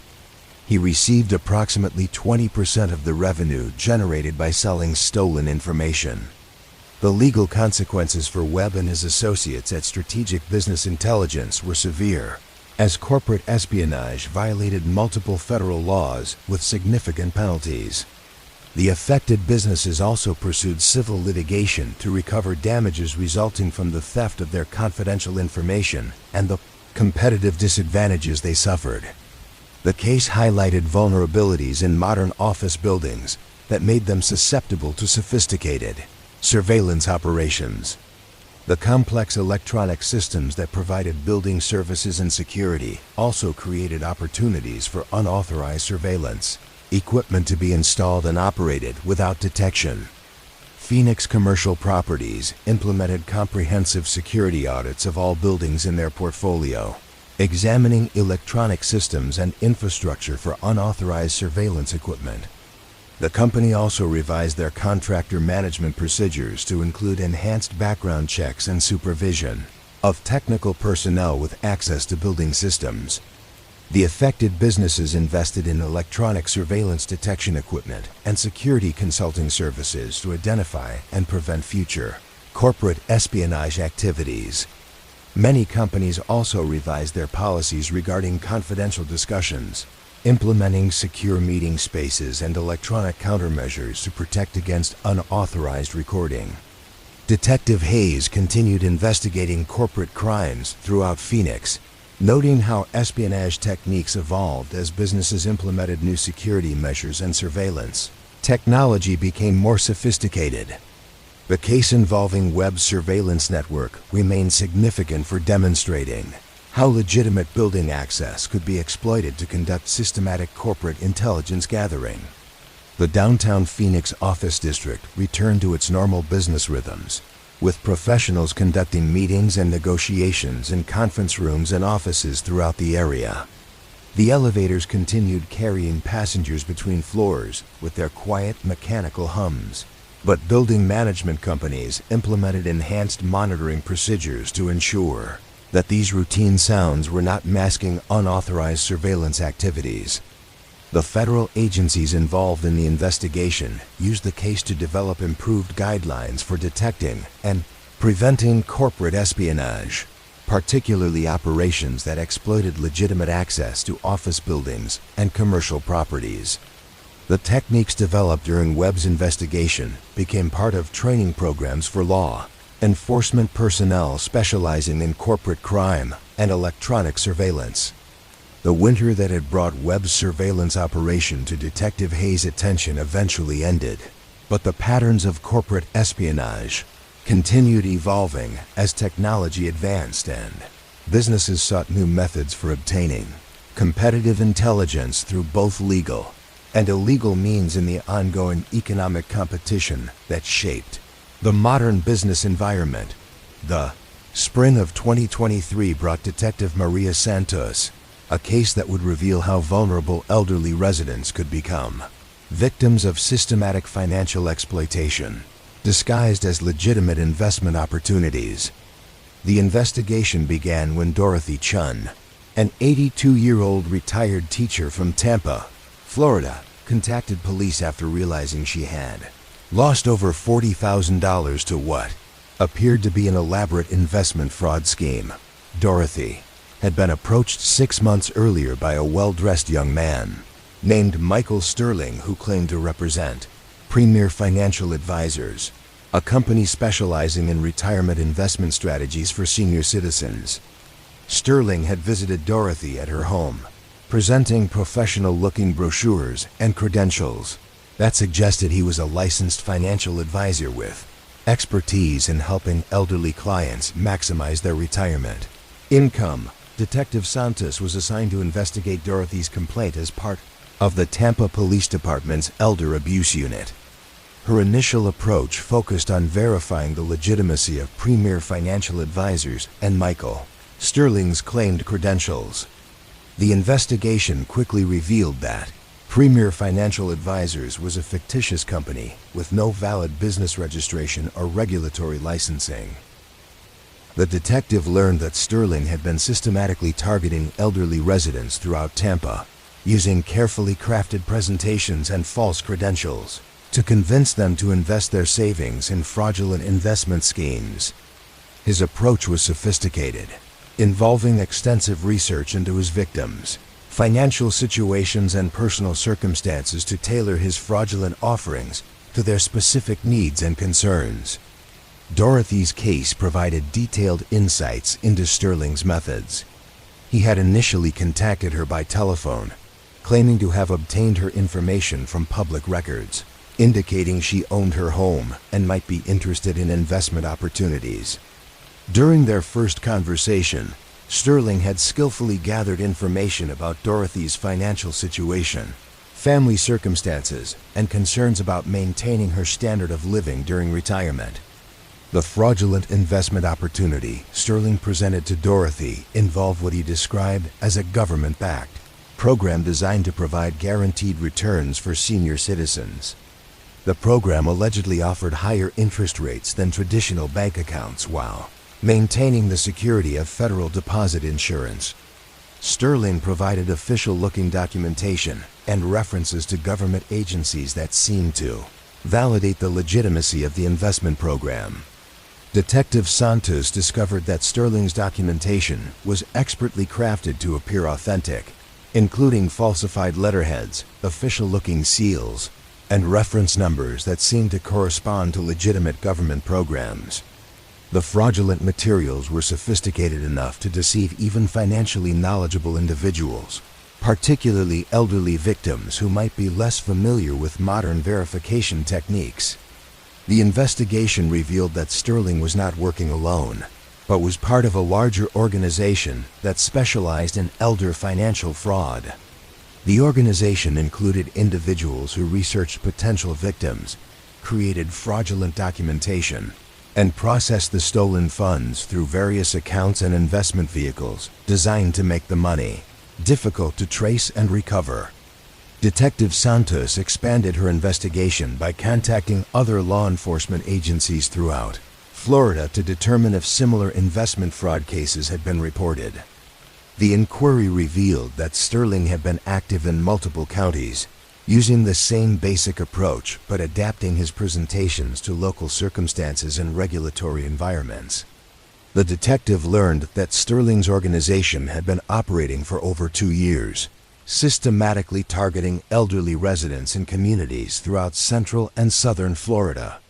The group had refined their techniques based on experience, developing increasingly sophisticated methods for identifying vulnerable victims and convincing them to invest substantial portions of their savings in fraudulent programs. The victim selection process was methodical and predatory. Sterling's organization obtained lists of elderly homeowners from public records, then conducted background research to identify individuals who were likely to have significant savings and who might be isolated or vulnerable to financial manipulation. The research included examination of property values, demographic information, and public records that might indicate financial resources or personal circumstances. Detective Santos interviewed several additional victims identified through her expanding investigation. The victims shared common characteristics that had made them attractive targets for Sterling's organization. Most were elderly widows or widowers living alone, with substantial home equity and savings accumulated over decades of careful financial management. Many had limited family support or were socially isolated, making them more susceptible to the personal attention and apparent concern shown by Sterling during his sales presentations. The fraudulent investment presentations were carefully designed to exploit the specific fears and concerns of elderly investors. Sterling emphasized the security and government backing of his investment programs, while highlighting the inadequacy of traditional bank interest rates for maintaining purchasing power during retirement. He also created artificial urgency by claiming that the investment opportunities were limited and available only for a short time. The investigation revealed that Sterling's organization had developed sophisticated psychological manipulation techniques, specifically targeted at elderly victims. The presentations included emotional appeals about maintaining dignity and independence during retirement, concerns about becoming financial burdens on family members, and fears about inflation eroding the value of traditional savings accounts. Detective Santos worked with financial institutions to trace the flow of funds from Sterling's victims to various accounts, controlled by his organization. The money trail revealed a complex network of bank accounts, investment vehicles, and shell companies designed to obscure the destination of stolen funds and make recovery difficult for victims and law enforcement. The financial analysis showed that Sterling's organization had stolen over $800,000 from elderly victims throughout Florida. The stolen funds were quickly moved through multiple accounts and jurisdictions, with portions being withdrawn as cash, invested in legitimate assets, or transferred to accounts in other states and countries. The investigation required coordination with federal agencies, as the investment fraud scheme crossed state lines and involved the use of fraudulent documentation that referenced federal programs and agencies. The case also required collaboration with banking regulators and securities authorities to understand the complex financial instruments and procedures involved in the fraudulent operations. Detective Santos spent considerable time working with the victims of Sterling's organization, helping them understand the nature of the fraud and the limited prospects for recovering their stolen funds. Many victims experienced significant emotional trauma in addition to their financial losses, as they struggled with feelings of embarrassment, vulnerability, and concern about their ability to maintain their independence during retirement. The arrest of Michael Sterling occurred when Detective Santos arranged for him to meet with an undercover officer, posing as a potential elderly victim. Sterling was apprehended while attempting to conduct a fraudulent investment presentation at a location where law enforcement had positioned surveillance equipment to record his activities and gather evidence of his criminal methods. The investigation ultimately led to the arrest of 6 individuals involved in Sterling's investment fraud organization. The charges included elder abuse, fraud, conspiracy, and money laundering, with enhanced penalties due to the systematic targeting of vulnerable elderly victims and the large scale of the financial losses involved. The case revealed significant vulnerabilities in the systems designed to protect elderly individuals from financial exploitation. Many victims have been isolated from family members or professional advisors who might have been able to identify the fraudulent nature of Sterling's investment presentations. The sophisticated nature of the fraudulent documentation also made it difficult for victims to verify the legitimacy of the investment opportunities through their own research.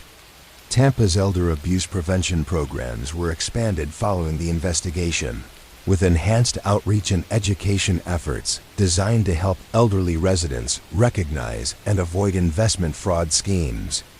The programs included partnerships with financial institutions, community organizations, and family service agencies to create networks of support and monitoring for vulnerable elderly individuals.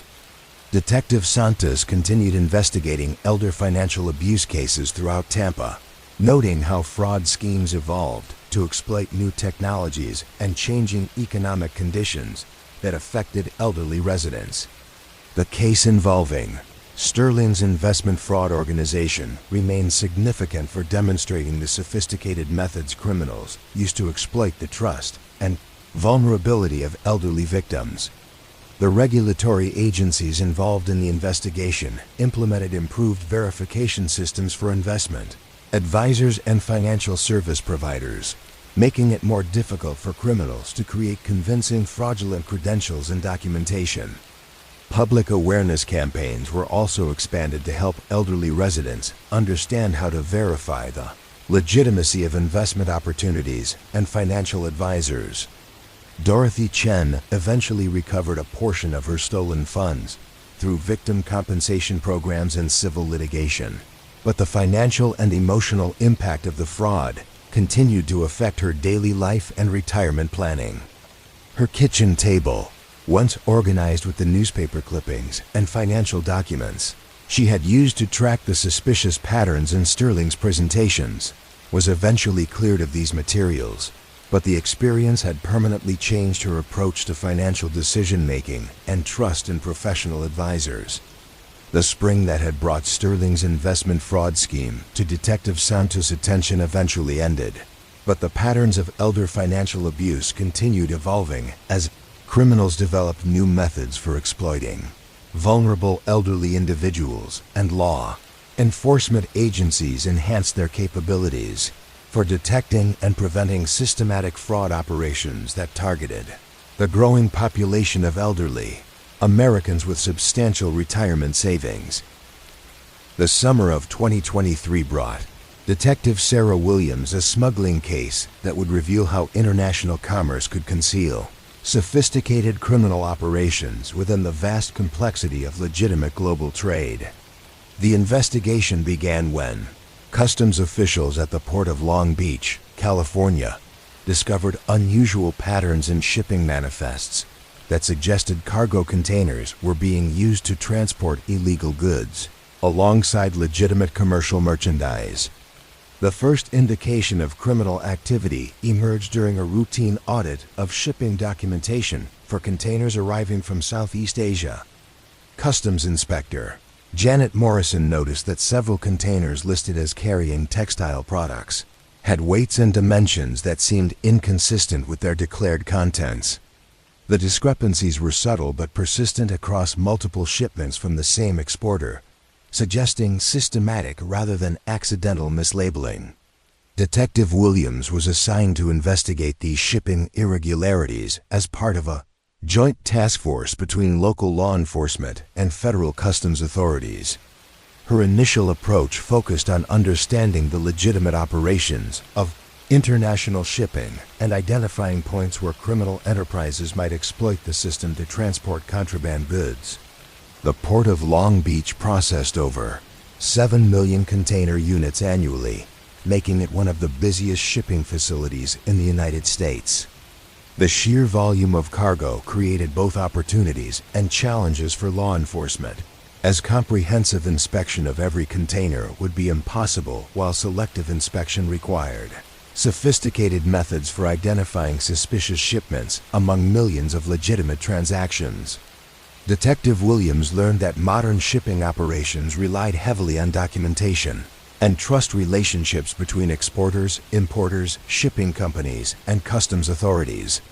The system was designed for efficiency rather than security, with most containers moving through the port based on electronic manifests and declarations rather than physical inspection of their contents.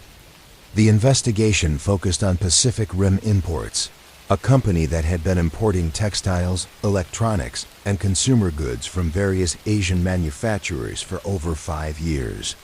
The company appeared legitimate with proper licensing, established business relationships, and a track record of compliance with customs regulations. However, the shipping irregularities identified by Inspector Morrison had all involved containers consigned to Pacific Rim Imports. Detective Williams began examining Pacific Rim Imports' business operations and discovered that the company was owned by David Chang, a 48-year-old businessman with extensive experience in international trade. Chang had immigrated to the United States 15 years earlier and had built a successful import business that supplied retail stores throughout California and neighboring states. The detective's investigation revealed that Chang's business was indeed legitimate, but he had been recruited by criminal organizations to use his shipping operations as cover for smuggling activities. The criminals had approached Chang during a period when his business was experiencing financial difficulties, offering substantial payments for allowing them to use his shipping containers to transport illegal goods. The smuggling operation was sophisticated and took advantage of Chang's legitimate business relationships and shipping expertise. Small quantities of contraband goods were concealed within larger shipments of legitimate merchandise, making detection difficult without comprehensive physical inspection of container contents. The contraband items were carefully packaged and positioned to avoid discovery during routine customs examinations. Detective Williams worked with customs authorities to develop a surveillance strategy for monitoring Pacific Rim imports, shipping activities. The investigation required careful coordination to observe the smuggling operations without disrupting legitimate commerce or alerting the criminals to law enforcement interest in their activities. The breakthrough came when Detective Williams decided to examine the receiving operations at Pacific Rim Imports' warehouse facility. Surveillance revealed that containers were being unloaded using procedures that differed from standard commercial practices. Certain containers received special handling, with specific personnel responsible for unloading them during evening hours when fewer employees were present. The special handling procedures involved separating contraband goods from legitimate merchandise immediately upon arrival, with the illegal items being transferred to separate storage areas within the warehouse. The contraband goods were then distributed through networks that operated independently from Chang's legitimate business customers. Detective Williams discovered that the smuggled contraband included counterfeit luxury goods, illegal pharmaceuticals, and electronic devices that violated import regulations or safety standards. The total value of contraband moving through Chang's operation was estimated at over $2 million annually, generating substantial profits for both the criminal organizations and Chang's cooperation with their activities. The investigation revealed that Chang's role in the smuggling operation had evolved gradually over time. Initially, he'd been approached to allow occasional use of his shipping containers for what was presented as minor customs violations involving mislabeled merchandise. However, the criminal organization had gradually increased both the frequency and severity of their smuggling activities, making Chang increasingly complicit in serious criminal operations. The pressure applied to Chang included both financial incentives and subtle threats about the consequences of discontinuing his cooperation with the smuggling operation.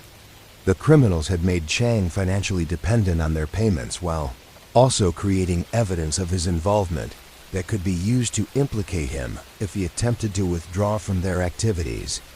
Detective Williams worked with federal prosecutors to develop a strategy for approaching Chang about cooperation with law enforcement.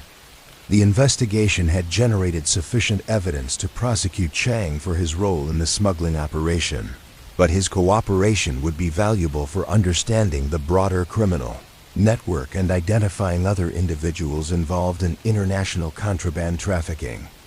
The decision to approach Chang for cooperation was carefully timed to coincide with the arrival of a container that surveillance had identified as carrying significant quantities of contraband goods.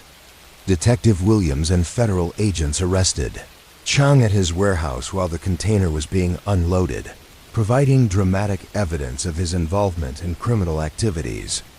Chang's cooperation with law enforcement proved extensive and valuable for understanding the international smuggling network. He provided detailed information about the criminal organization's operations, including their methods for concealing contraband goods, their distribution networks within the United States, and their recruitment of other legitimate businesses to provide cover for smuggling activities. The investigation expanded to include law enforcement agencies in several countries, as the smuggling network involved criminal organizations in multiple Asian nations and distribution systems throughout North America. The case required coordination with international law enforcement agencies and customs authorities to disrupt the criminal operations at their sources and prevent the smuggling activities from simply shifting to other ports and shipping routes. The arrests of key figures in the smuggling network occurred simultaneously in multiple locations, with law enforcement agencies conducting coordinated operations in Los Angeles, San Francisco, Seattle, and several Asian cities. The operations resulted in the seizure of over $5 million worth of contraband goods and the disruption of smuggling routes that had been operating for several years. The legal consequences for Chang reflected both his cooperation with law enforcement and the serious nature of his involvement in international smuggling operations.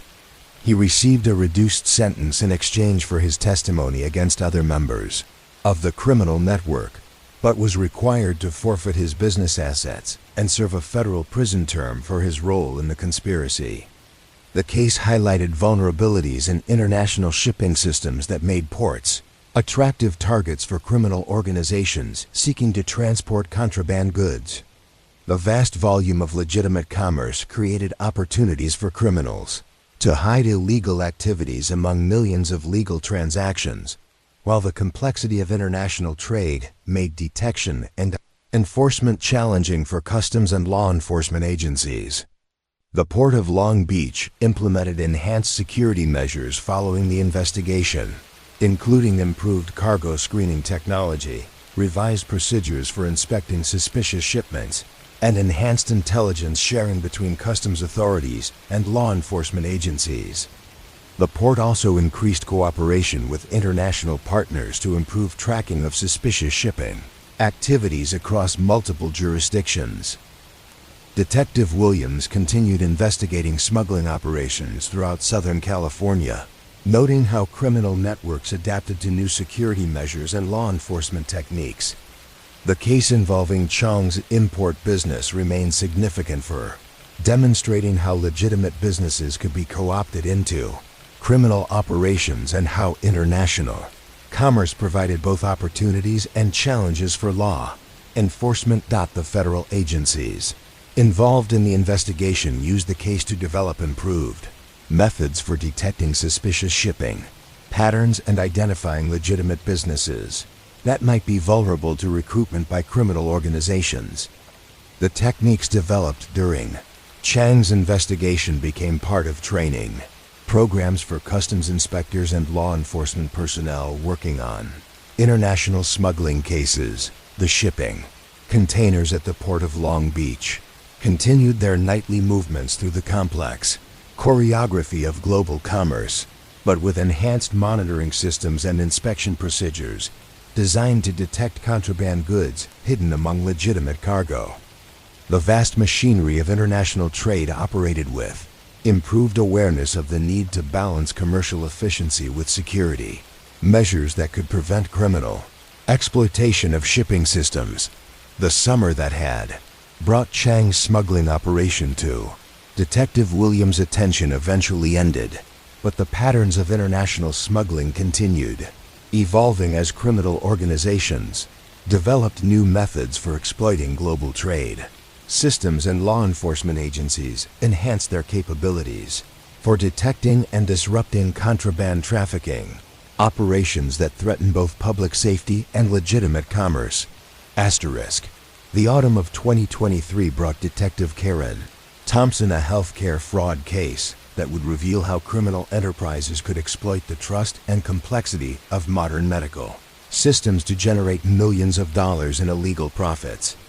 The investigation began when insurance investigators noticed unusual billing patterns from several medical clinics in Atlanta, Georgia, that suggested systematic fraud involving unnecessary procedures and falsified patient records. The first clinic to attract attention was Wellness First Medical Center, a family practice facility located in a busy commercial district that served a diverse patient population. Insurance auditors had identified billing irregularities, including unusually high rates of expensive diagnostic procedures, frequent coding of complex medical conditions that seemed inconsistent with the clinic's general practice focus, and patient visit patterns that suggested systematic overutilization of medical services. Detective Thompson was assigned to investigate these healthcare fraud allegations as part of a joint task force between Atlanta police and federal agencies responsible for Medicare and insurance fraud enforcement. Her initial approach focused on understanding legitimate medical practice operations and identifying specific indicators that might distinguish fraudulent activities from normal variations in patient care and billing practices. The detective learned that healthcare fraud had become increasingly sophisticated as medical billing systems became more complex and automated. Criminal organizations could exploit the trust-based nature of medical relationships and the technical complexity of insurance reimbursement systems to generate substantial illegal profits while avoiding detection through traditional law enforcement methods. Detective Thompson's investigation of Wellness First Medical Center revealed that the clinic was owned by Dr. Michael Patel, a licensed physician who had been practicing family medicine in Atlanta for over 8 years. Dr. Patel appeared to be a legitimate healthcare provider with proper credentials and no previous regulatory violations, but the billing patterns from his clinic suggested systematic fraudulent activities. The investigation required Detective Thompson to learn about medical coding systems, insurance reimbursement procedures, and healthcare regulations that governed how medical services could be billed to insurance companies and government programs. The complexity of these systems created numerous opportunities for fraudulent activities that might not be detected without specialized knowledge and investigation techniques. The detective discovered that Dr. Patel's clinic was billing insurance companies for extensive diagnostic procedures that were allegedly being performed on nearly every patient, regardless of their actual medical conditions or symptoms. The procedures included expensive laboratory tests, imaging studies, and specialized examinations that generated high reimbursement rates but were medically unnecessary for most patients. Detective Thompson began conducting surveillance of Wellness First Medical Center, observing patient traffic and the duration of medical visits to determine whether the billed services were actually being provided. The surveillance revealed that most patients spent only brief periods in the clinic, far less time than would be required for the extensive diagnostic procedures being billed to their insurance companies. The investigation expanded when Detective Thompson discovered that Dr. Patel was not operating independently, but was part of a larger healthcare fraud network that included multiple medical clinics throughout Atlanta and surrounding areas. The network was coordinated by individuals who specialized in healthcare fraud and recruited legitimate physicians to participate in systematic billing fraud schemes. Fraud network included 6 medical clinics, 2 diagnostic imaging centers, and a laboratory facility that were all participating in coordinated fraudulent billing activities. Patients were referred between facilities within the network for unnecessary procedures, generating multiple billing opportunities for services that provided little or no medical benefit to the patients involved. Detective Thompson learned the fraud network had been recruiting physicians who were experiencing financial difficulties or who were unfamiliar with complex medical billing regulations. The recruiters presented their fraudulent billing practices as legitimate methods for maximizing reimbursement within the healthcare system, making it easier for physicians to rationalize their participation in criminal activities. Dr. Patel had been recruited into the fraud network during a period when his medical practice was struggling financially due to changes in insurance reimbursement rates and increased competition from larger healthcare organizations. The network had offered him guaranteed patient volume and assistance with billing procedures that would improve his clinic's profitability. The fraudulent billing procedures involved systematic manipulation of medical codes and patient records to justify expensive procedures and treatments. Patients would receive basic medical care, but their records would be altered to indicate complex medical conditions that required extensive diagnostic testing and specialized treatments that generated high insurance reimbursement rates. Detective Thompson worked with medical experts to analyze patient records and billing data from Dr. Patel's clinic and other facilities in the fraud network. The analysis revealed patterns of diagnosis and treatment that were medically inappropriate and designed primarily to maximize billing revenue rather than provide necessary patient care. The investigation required coordination with federal agencies responsible for healthcare fraud enforcement, as the fraudulent billing involved Medicare and other federal insurance programs. The case also required collaboration with state medical licensing authorities and insurance companies to understand the full scope of the fraudulent activities. and their impact on both patients and the healthcare system. The detective discovered that the fraud network had been operating for over 3 years, generating an estimated $12 million in fraudulent insurance billings. The stolen funds were distributed among the participating physicians and facilities, with the network organizers receiving substantial portions of the illegal profits for coordinating the fraudulent activities. The impact on patients was significant, as many received unnecessary medical procedures that carried risks of complications and side effects without providing medical benefits. Some patients also experienced difficulties obtaining legitimate medical care when their insurance coverage was exhausted by fraudulent billing for unnecessary services. Detective Thompson's investigation revealed that the fraud network had developed sophisticated methods for avoiding detection by insurance company auditors and regulatory authorities. The fraudulent billing was distributed across multiple facilities and time periods, and the medical codes used were carefully selected to appear legitimate while generating maximum reimbursement rates. Arrests of Dr. Patel and other participants in the fraud network occurred simultaneously at multiple locations, with law enforcement teams executing search warrants at medical clinics, diagnostic facilities, and administrative offices associated with the criminal organization.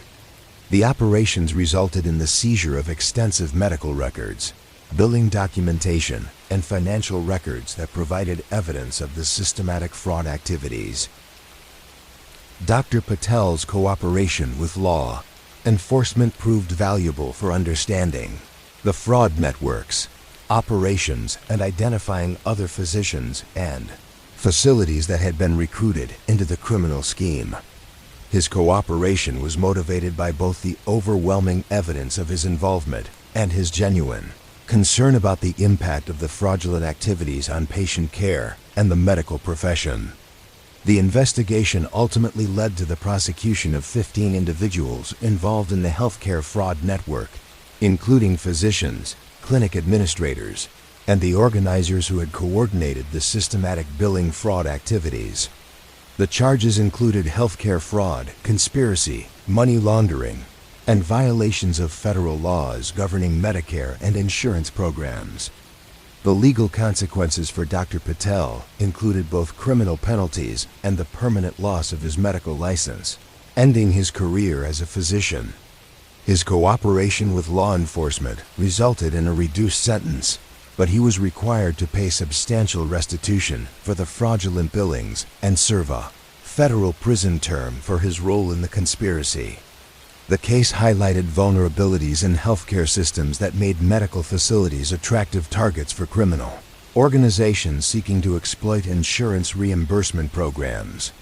The trust-based nature of medical relationships and the complexity of healthcare billing systems created opportunities for systematic fraud that could operate for extended periods without detection.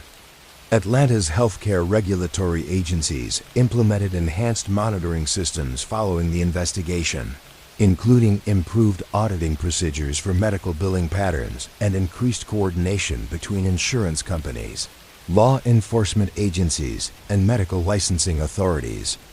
The agencies also expanded education programs to help physicians understand healthcare fraud laws and avoid inadvertent participation in criminal activities. Detective Thompson continued investigating healthcare fraud cases throughout Atlanta, noting how criminal organizations adapted to new detection methods and regulatory changes.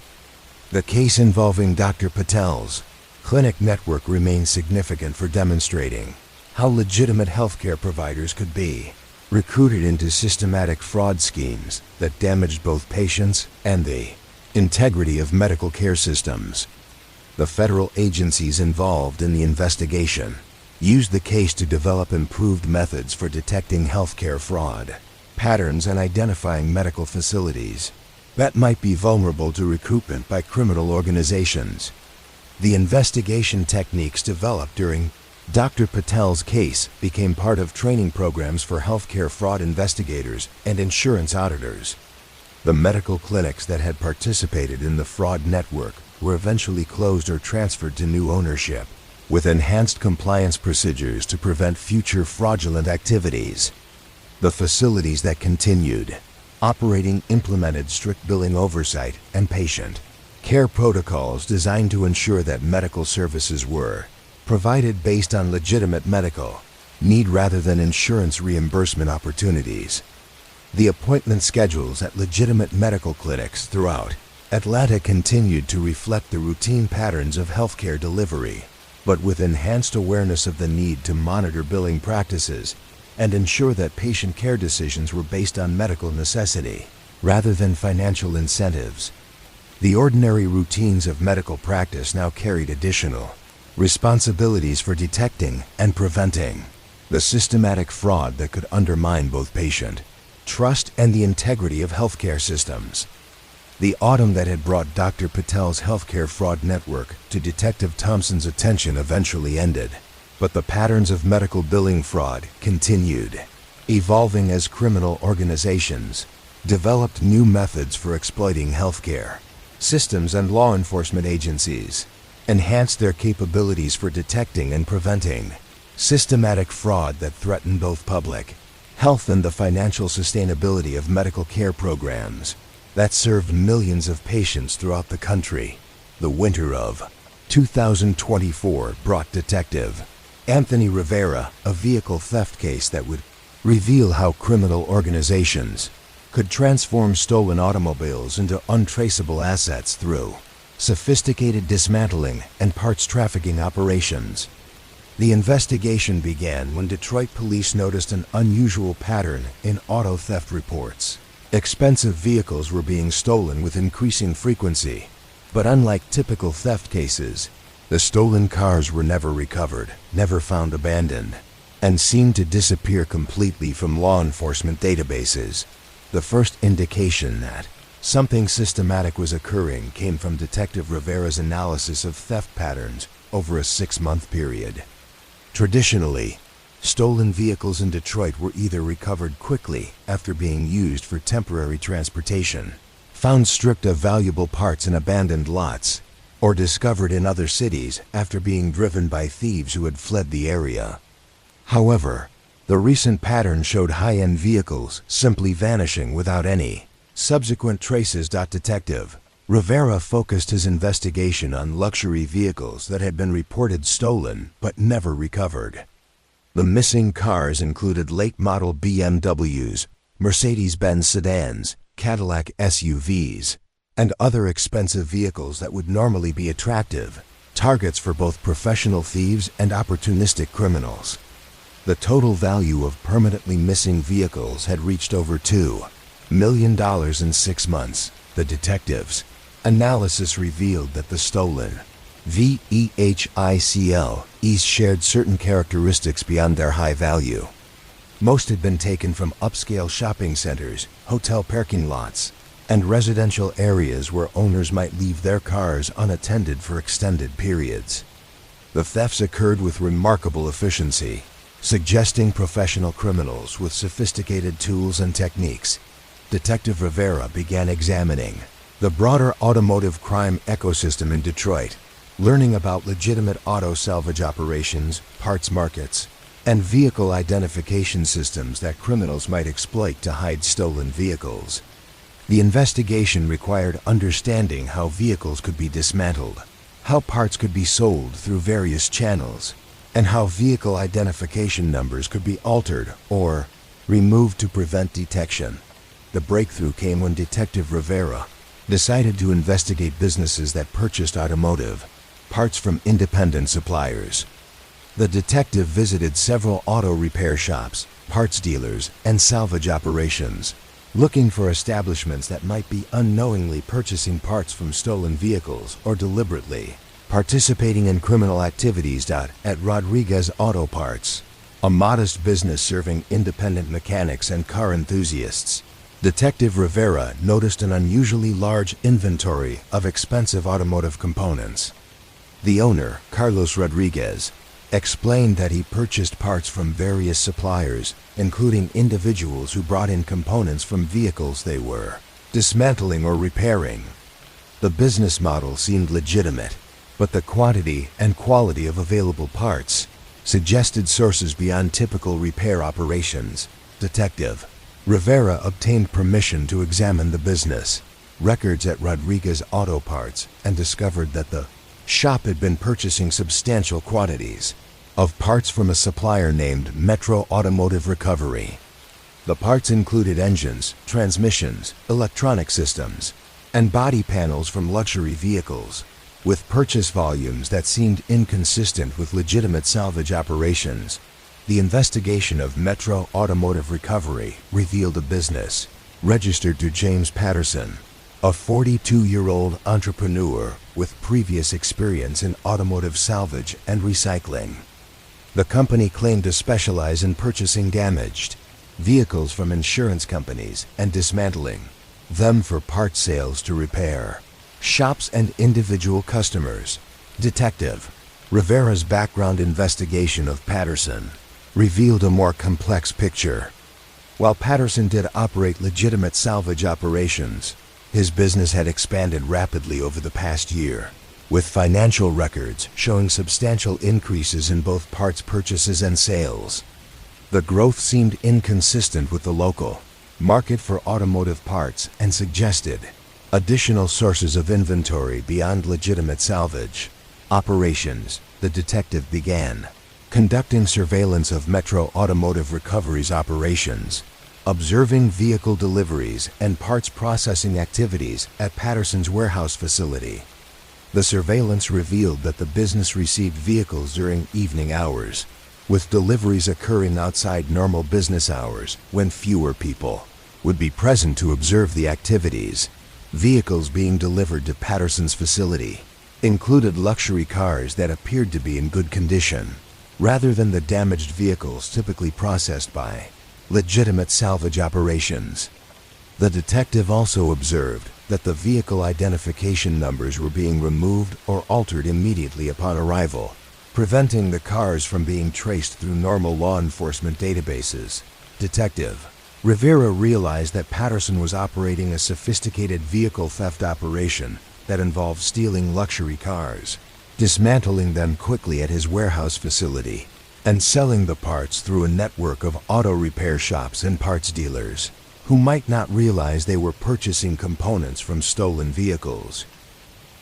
Detective Rivera worked with federal agencies to examine the interstate aspects of Patterson's operation, as some stolen vehicles and parts were being transported across state lines for sale in markets where they were less likely to be identified as stolen property. The investigation required coordination with law enforcement agencies in multiple states and collaboration with automotive industry experts who could identify stolen components. The complexity of the investigation increased when Detective Rivera discovered that Patterson was not only purchasing stolen vehicles from independent thieves, but was also coordinating theft operations by providing thieves with specific vehicle requests from customers who wanted particular automotive components. This made the operation a sophisticated criminal enterprise that connected theft, processing, and distribution activities.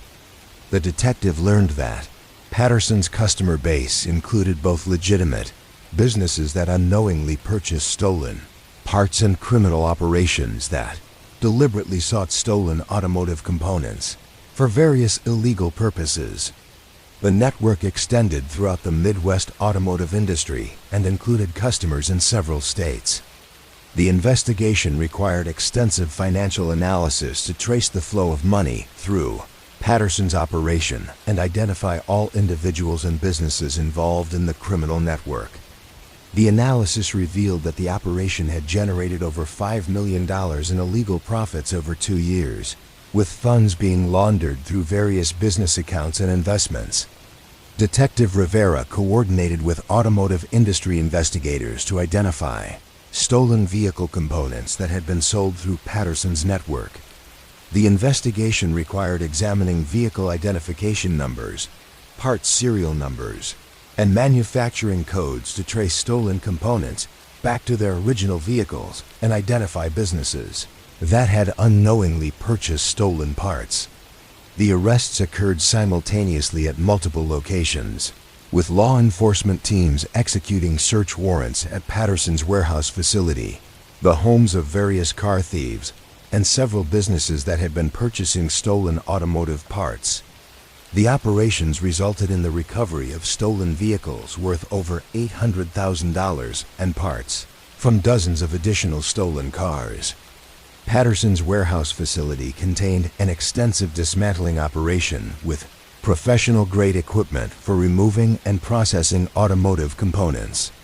The facility also contained detailed records of theft operations, parts sales, and customer information that provided evidence of the systematic nature of the criminal enterprise. The investigation ultimately led to the prosecution of 12 individuals involved in Patterson's vehicle theft and parts trafficking network. The charges included auto theft, conspiracy, money laundering, and operating a criminal enterprise, with enhanced penalties due to the organized nature of the criminal activities and the large scale of the financial losses involved. The legal consequences for Patterson were severe, as he faced both federal and state charges related to the interstate transportation of stolen vehicles and the systematic operation of a criminal enterprise. His cooperation with law enforcement was limited, as he attempted to minimize his role in coordinating the criminal activities. The case highlighted vulnerabilities in automotive parts markets that made it difficult to distinguish between legitimate and stolen components. The complexity of modern vehicles and the large number of valuable parts created opportunities for criminals to profit from vehicle theft through dismantling operations that could quickly transform stolen cars into untraceable components. Detroit's automotive crime prevention efforts were enhanced following the investigation, including improved coordination between law enforcement agencies and automotive industry organizations, enhanced tracking systems for high-value vehicle parts, and increased education for businesses about identifying and avoiding stolen automotive components. Detective Rivera continued investigating vehicle theft operations throughout Detroit, noting how criminal organizations adapted to new security measures and law enforcement techniques. The case involving Patterson's dismantling operation remained significant for demonstrating how vehicle theft could be transformed from opportunistic crime into systematic criminal enterprise through sophisticated processing and distribution networks. The automotive industry implemented enhanced parts tracking systems following the investigation, making it more difficult for criminals to sell stolen components without detection. The systems included improved serial number tracking, enhanced communication between manufacturers and parts dealers, and better verification procedures for parts suppliers.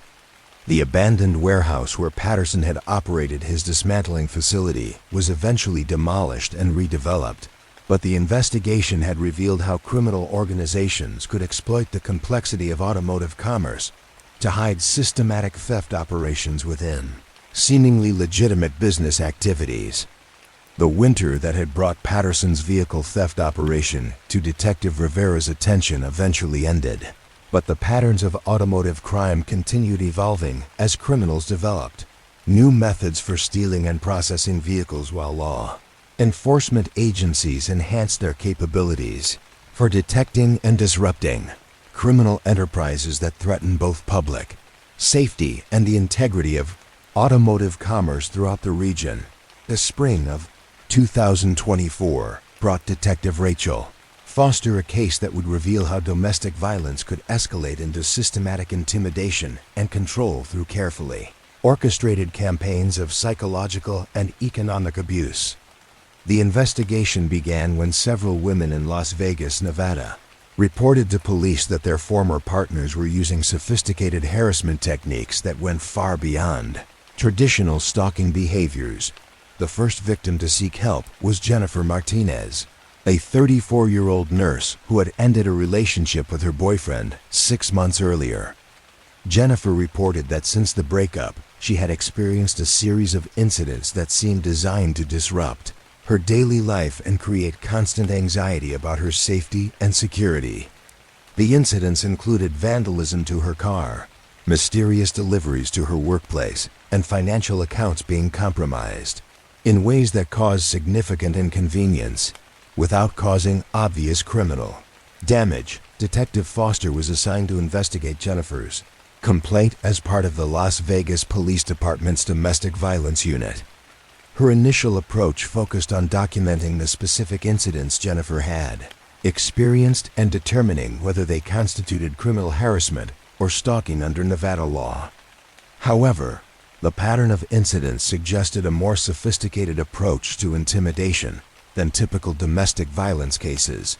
The detective learned that Jennifer's former boyfriend, Marcus Thompson, was a 38-year-old computer technician with extensive knowledge of digital technology and online systems. Thompson had no previous criminal record for domestic violence, but his technical skills had apparently enabled him to develop harassment techniques that were difficult to prove and prosecute under traditional stalking laws. Detective Foster's investigation revealed that Thompson's harassment campaign against Jennifer included activities designed to cause maximum disruption while maintaining plausible deniability about his involvement. The harassment included scheduling fake appointments and deliveries to Jennifer's workplace, creating fake online profiles that damaged her professional reputation, and using technical knowledge to interfere with her electronic devices and online accounts. Case became more complex when Detective Foster discovered that Jennifer was not Thompson's only victim.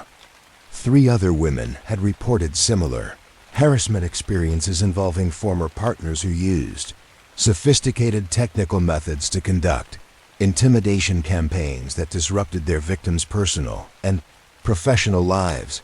The second victim was Sarah Chun, a 29-year-old marketing professional who had ended a relationship with David Kim, a software developer with extensive experience in cybersecurity and online systems. Sarah reported that Kim had been systematically interfering with her business activities by creating fake negative reviews of her work, disrupting her client communications, and using technical methods to cause problems with her professional website and social media accounts. Detective Foster realized that both Thompson and Kim were using similar harassment techniques that suggested either coordination between them or access to common resources and methods for conducting sophisticated intimidation campaigns against their former partners. The detective began investigating whether there might be connections between the perpetrators or common sources for their harassment techniques. The investigation revealed that Thompson and Kim had both participated in online communities focused on what they termed men's rights activism, but which actually provided forums for sharing techniques for harassing and intimidating women who had ended relationships with community members. The online communities operated under the guise of providing support for men going through difficult divorces or breakups, but actually functioned as training and coordination networks for systematic harassment campaigns. Detective Foster's investigation expanded to include federal cybercrime investigators, as the harassment activities crossed state lines and involved sophisticated computer crimes that required specialized expertise to investigate and prosecute. The case also required coordination with social media companies and internet service providers to trace the online activities of the harassment networks. The investigation revealed that the online harassment communities had been operating for several years, with hundreds of participants sharing techniques and coordinating intimidation campaigns against thousands of victims throughout the United States. The communities operated with sophisticated security measures to protect their members' identities while facilitating criminal activities. The detective learned that the harassment campaigns were not random or impulsive, but were carefully planned operations designed to achieve specific objectives, including forcing victims to return to abusive relationships, driving victims from their communities or employment, and deterring other women from ending relationships with community members. Thompson and Kim had both escalated their harassment activities beyond the techniques shared in online communities, developing personalized intimidation campaigns that exploited their specific technical skills and knowledge of their victims' vulnerabilities. The campaigns included both digital harassment and physical world activities designed to create comprehensive control over their victims' lives. Detective Foster worked with victim advocates to understand the psychological impact of sophisticated harassment campaigns on their targets.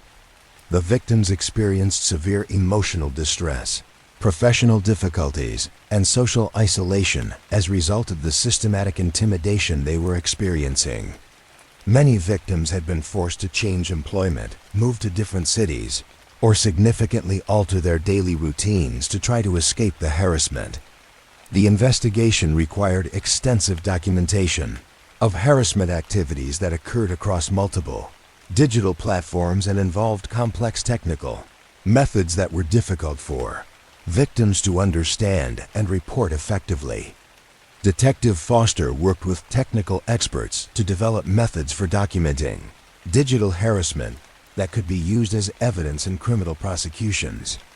The arrests of Thompson and Kim occurred after months of investigation that documented their systematic harassment campaigns and connected them to the broader online communities that had facilitated their criminal activities.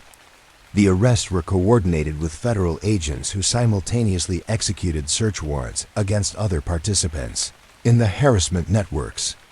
The investigation ultimately revealed that Thompson and Kim had been conducting harassment campaigns against multiple victims over several years, using increasingly sophisticated techniques to evade detection and prosecution. The total number of victims affected by their activities was estimated at over 20 women across multiple states. The legal consequences for Thompson and Kim included both federal cybercrime charges and state criminal charges related to stalking and harassment. The sophisticated nature of their criminal activities and the extensive harm caused to multiple victims resulted in significant prison sentences and requirements for extensive restitution to their victims. The case highlighted significant gaps in legal frameworks for addressing sophisticated digital harassment and the need for enhanced law enforcement capabilities for investigating complex cybercrime activities. The investigation also revealed the extent to which online communities could facilitate and coordinate criminal activities targeting vulnerable individuals. Las Vegas Police Department enhanced their domestic violence investigation capabilities following the case, including improved training for officers in recognizing sophisticated harassment techniques and enhanced coordination with federal cybercrime investigators. The department also expanded victim services to address the unique needs of victims experiencing digital harassment campaigns. Detective Foster continued investigating domestic violence cases throughout Las Vegas, noting how harassment techniques evolved as technology advanced and legal frameworks adapted to address new forms of criminal behavior. The case involving Thompson and Kim remained significant for demonstrating how traditional domestic violence could evolve into sophisticated criminal enterprises that exploited digital technology and online networks. The federal agencies involved in the investigation used the case to develop improved methods for detecting and investigating online harassment networks and digital intimidation campaigns. The investigation techniques became part of training programs for law enforcement personnel specializing in cybercrime and domestic violence cases. The online communities that had facilitated Thompson and Kim's harassment activities were eventually shut down or heavily monitored by law enforcement agencies, but similar networks continued to emerge as criminals adapted to new security measures and law enforcement techniques designed to prevent digital harassment and intimidation. The night shifts at Las Vegas, emergency rooms continued to bring their usual mixture of medical emergencies and trauma cases. But healthcare workers received enhanced training to recognize signs of systematic harassment and abuse that might not be immediately obvious from patients presenting injuries and symptoms. The spring that had brought Thompson and Kim's harassment networks to Detective Foster's attention eventually ended, but the patterns of digital domestic violence continued evolving as criminals developed new methods for exploiting technology to control and intimidate their victims while law Enforcement agencies enhanced their capabilities for investigating and prosecuting sophisticated harassment campaigns that threaten public safety and individual security. The fall of 2024 brought Detective Carlos Martinez a case that would reveal how criminal enterprises could exploit the trust and complexity of higher education systems to generate substantial profits through systematic academic fraud. The investigation began when admissions officers at several prestigious universities across California noticed unusual patterns in application materials that suggested widespread falsification of academic credentials and transcripts. First indication of systematic fraud emerged at Stanford University, where admissions reviewer Patricia Williams noticed that multiple applications contained transcripts from various California community colleges that seemed inconsistent with normal academic record-keeping practices. The transcripts showed perfect or near-perfect grades in challenging courses, but the formatting, paper quality, and administrative details suggested they might not be authentic documents. Detective Martinez was assigned to investigate these academic fraud allegations as part of a joint task force between local law enforcement and federal agencies responsible for education fraud enforcement. His initial approach focused on understanding legitimate academic credentialing systems and identifying specific indicators that might distinguish fraudulent documents from authentic transcripts and diplomas.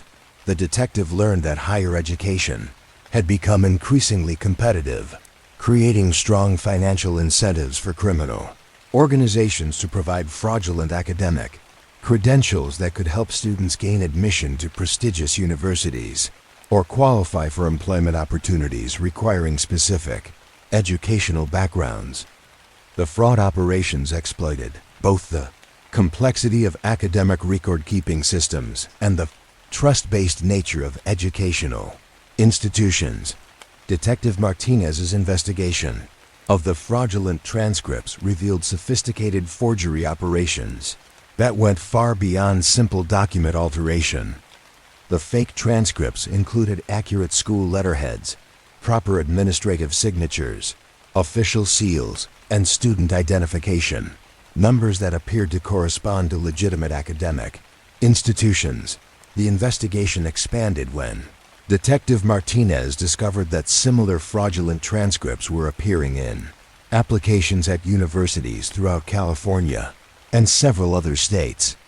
The consistency of the forgery techniques suggested that the documents were being produced by a centralized operation rather than individual instances of student fraud.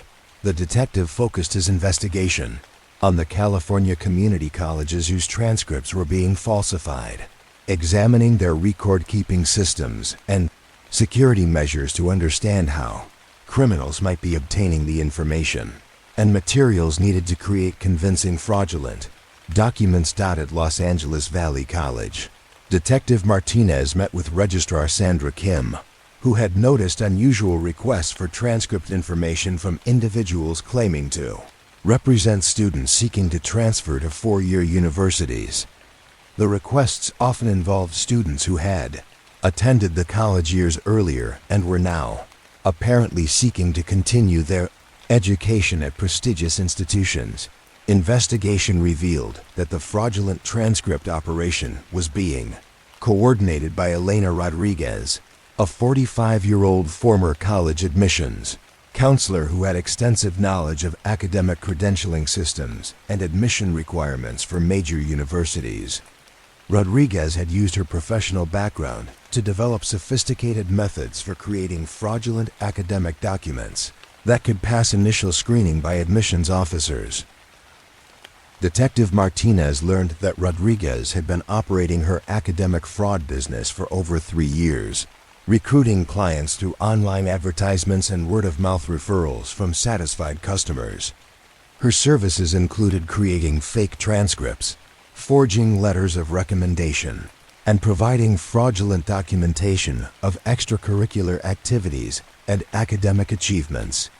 The fraud operation charged substantial fees for its services, with complete academic credential packages costing between $5,000 and $15,000, depending on the level of falsification required and the prestige of the target institutions.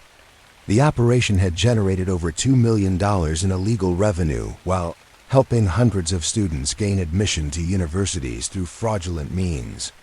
Rodriguez had developed a sophisticated network of accomplices who specialized in different aspects of the fraud operation.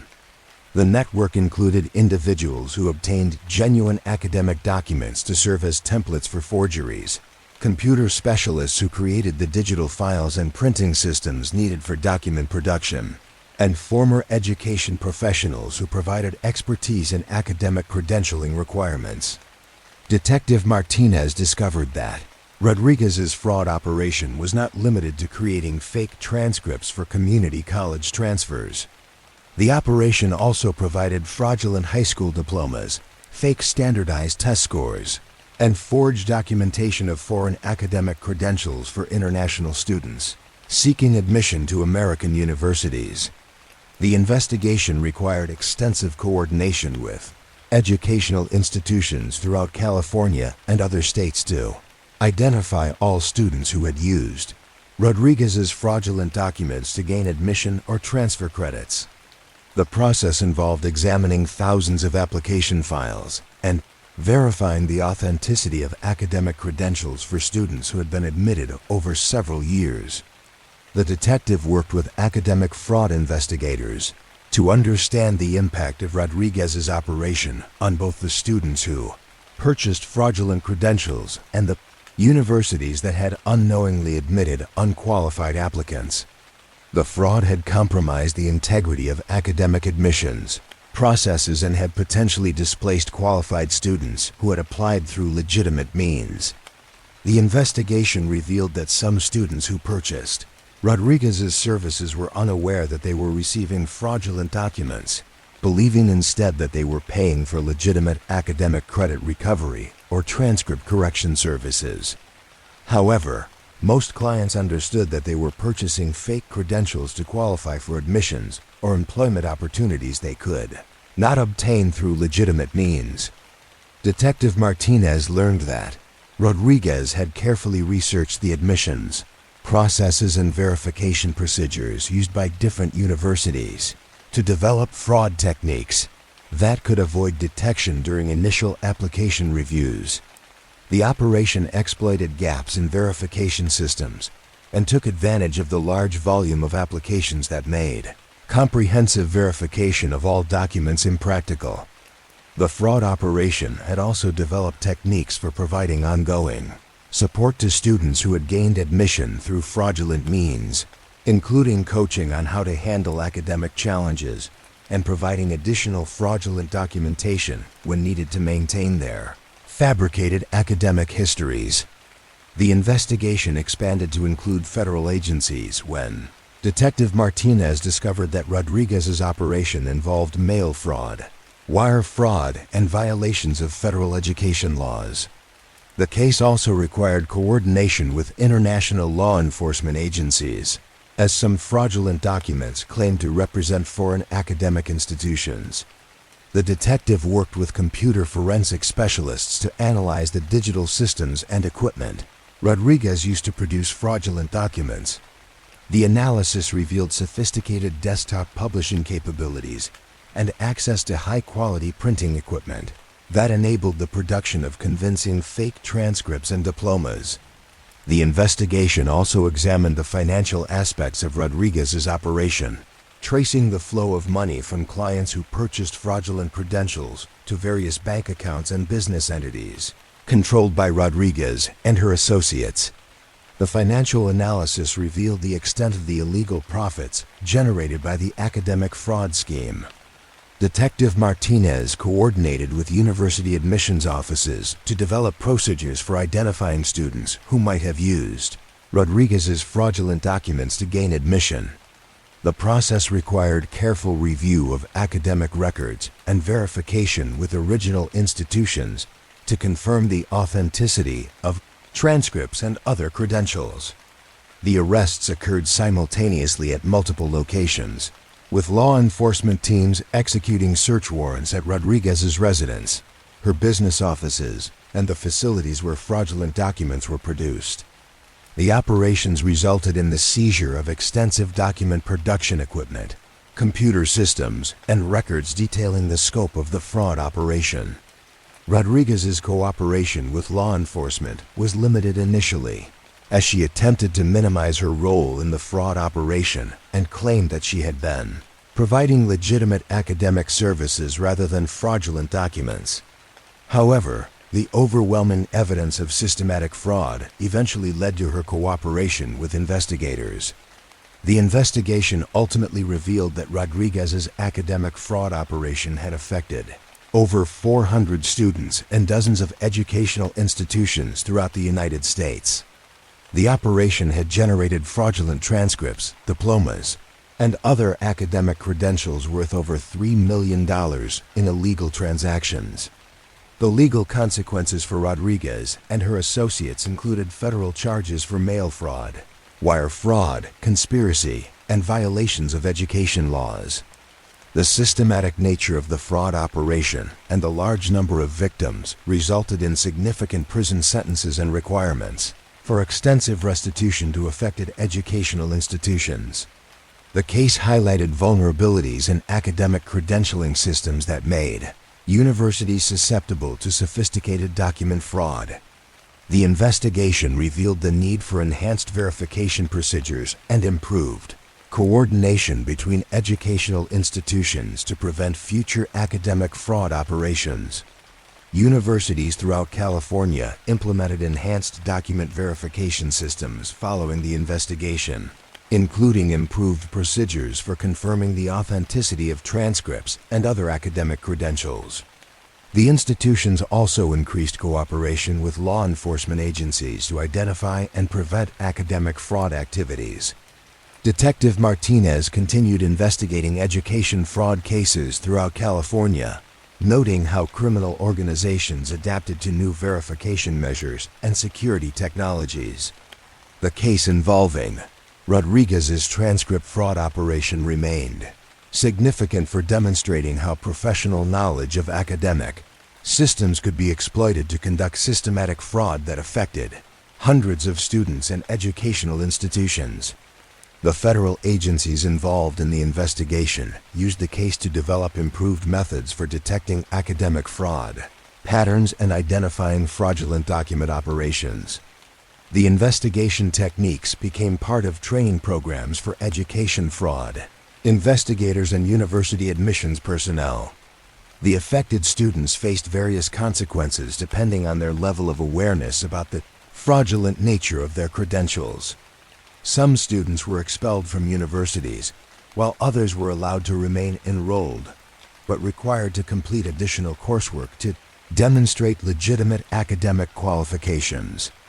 The educational institutions that had admitted students through Rodriguez's fraudulent documents implemented comprehensive reviews of their admissions processes and verification procedures. Many universities invested in new technologies and staff training to improve their ability to detect fraudulent academic credentials.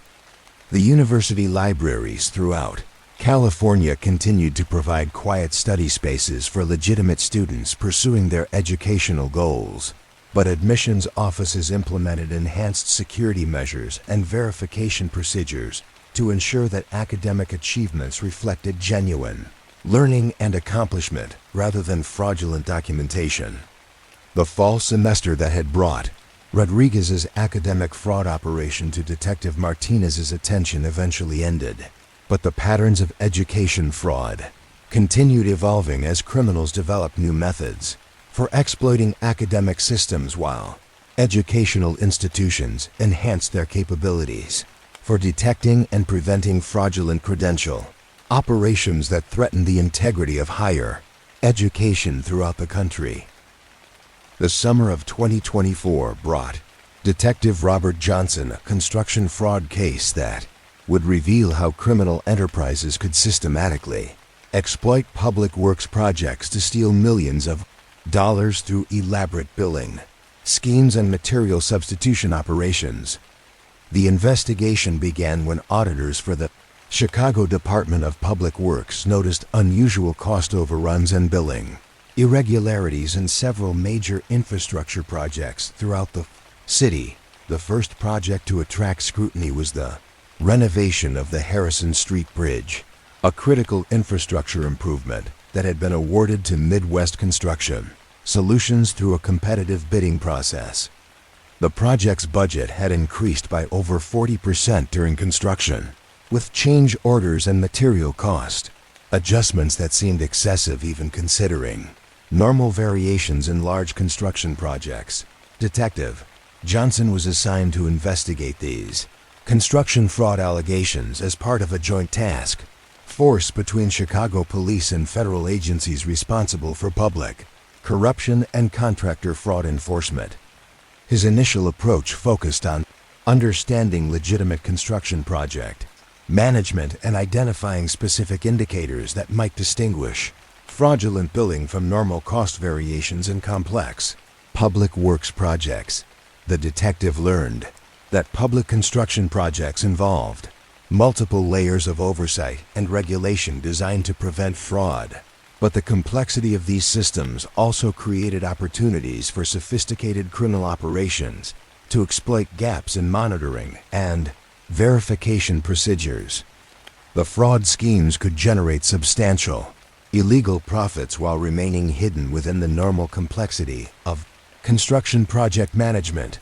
Detective Johnson's investigation of the Harrison Street Bridge project revealed billing irregularities that suggested systematic inflation of material costs, falsification of labor records, and substitution of inferior materials for the high-quality components specified in project contracts. The fraudulent activities appeared to be coordinated across multiple aspects of the construction project. The investigation expanded when Detective Johnson discovered that similar billing irregularities were occurring in construction projects throughout Chicago, all involving contractors and subcontractors with connections to the same network of suppliers and labor organizations. The pattern suggested a coordinated fraud operation rather than isolated instances of contractor misconduct.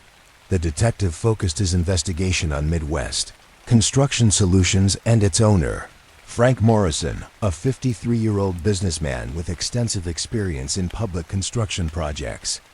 Morrison had built a successful contracting business over 2 decades and had maintained relationships with city officials and labor unions that enabled his company to compete successfully for major public works contracts.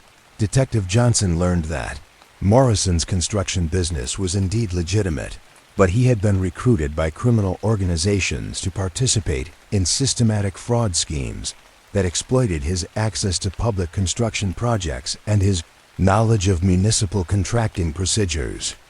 The criminal organizations provided Morrison with fraudulent billing systems and material substitution schemes that generated substantial illegal profits. The fraud operation was sophisticated and involved multiple criminal enterprises working together to exploit different aspects of public construction projects.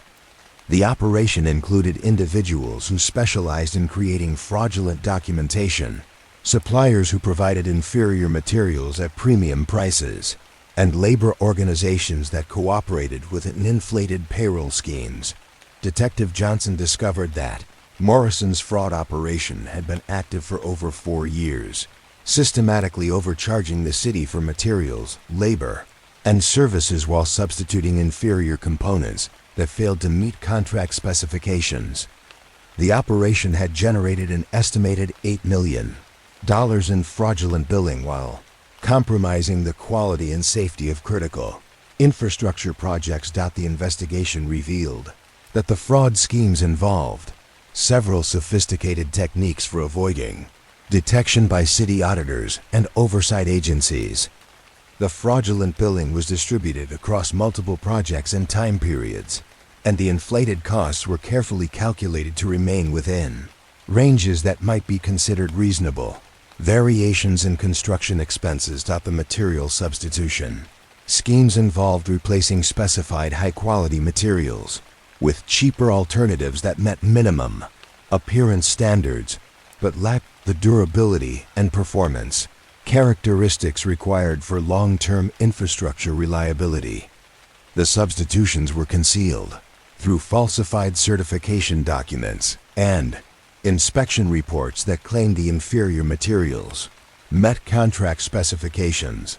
Detective Johnson worked with construction industry experts to analyze the materials and workmanship in Morrison's projects, identifying specific instances where inferior components had been substituted for specified materials. The analysis revealed systematic patterns of material substitution that had occurred across multiple projects over several years. The investigation also examined the labor fraud aspects of Morrison's operation, which involved billing the city for workers who had not actually performed services on construction projects. The labor fraud schemes included phantom employees, inflated hourly rates, and overtime charges for work that had not been completed. The detective discovered that Morrison had been working with corrupt officials in labor unions who provided falsified documentation of worker hours and services. The labor fraud schemes generated substantial illegal profits while reducing the actual labor costs of construction projects, potentially compromising the quality of completed work. Detective Johnson's investigation required extensive financial analysis to trace the flow of fraudulent payments from city contracts to various bank accounts and business entities controlled by Morrison and his criminal associates. The financial analysis revealed complex money laundering operations designed to disguise the illegal profits generated by construction fraud. The investigation expanded to include federal agencies when Detective Johnson discovered that Morrison's fraud operation involved violations of federal laws governing public works, projects, and interstate commerce. The case also required coordination with state and local regulatory agencies responsible for construction licensing and oversight. The detective worked with forensic accountants to analyze thousands of invoices, purchase orders, and financial records related to Morrison's construction projects. The analysis revealed systematic patterns of billing fraud that had enabled the operation to steal millions of dollars from public infrastructure projects. The investigation also examined the impact of Morrison's fraud operation on the quality and safety of completed infrastructure projects. Engineering assessments revealed that material substitutions and reduced labor inputs had compromised the structural integrity and long-term reliability of several critical infrastructure components. Detective Johnson coordinated with city engineers and construction inspectors to develop procedures for identifying and documenting the substandard work and materials that had resulted from Morrison's fraud schemes. The process required extensive testing and analysis of construction components to determine the extent of quality compromises. The arrests occurred simultaneously at multiple locations, with law enforcement teams executing search warrants at Morrison's business offices, construction sites, and the facilities of various suppliers and subcontractors involved in the fraud operation. The operations resulted in the seizure of extensive financial records, construction documents, and evidence of fraudulent billing schemes. Morrison's cooperation with law enforcement was initially limited, as he attempted to portray the billing irregularities as normal variations in construction costs rather than systematic fraud.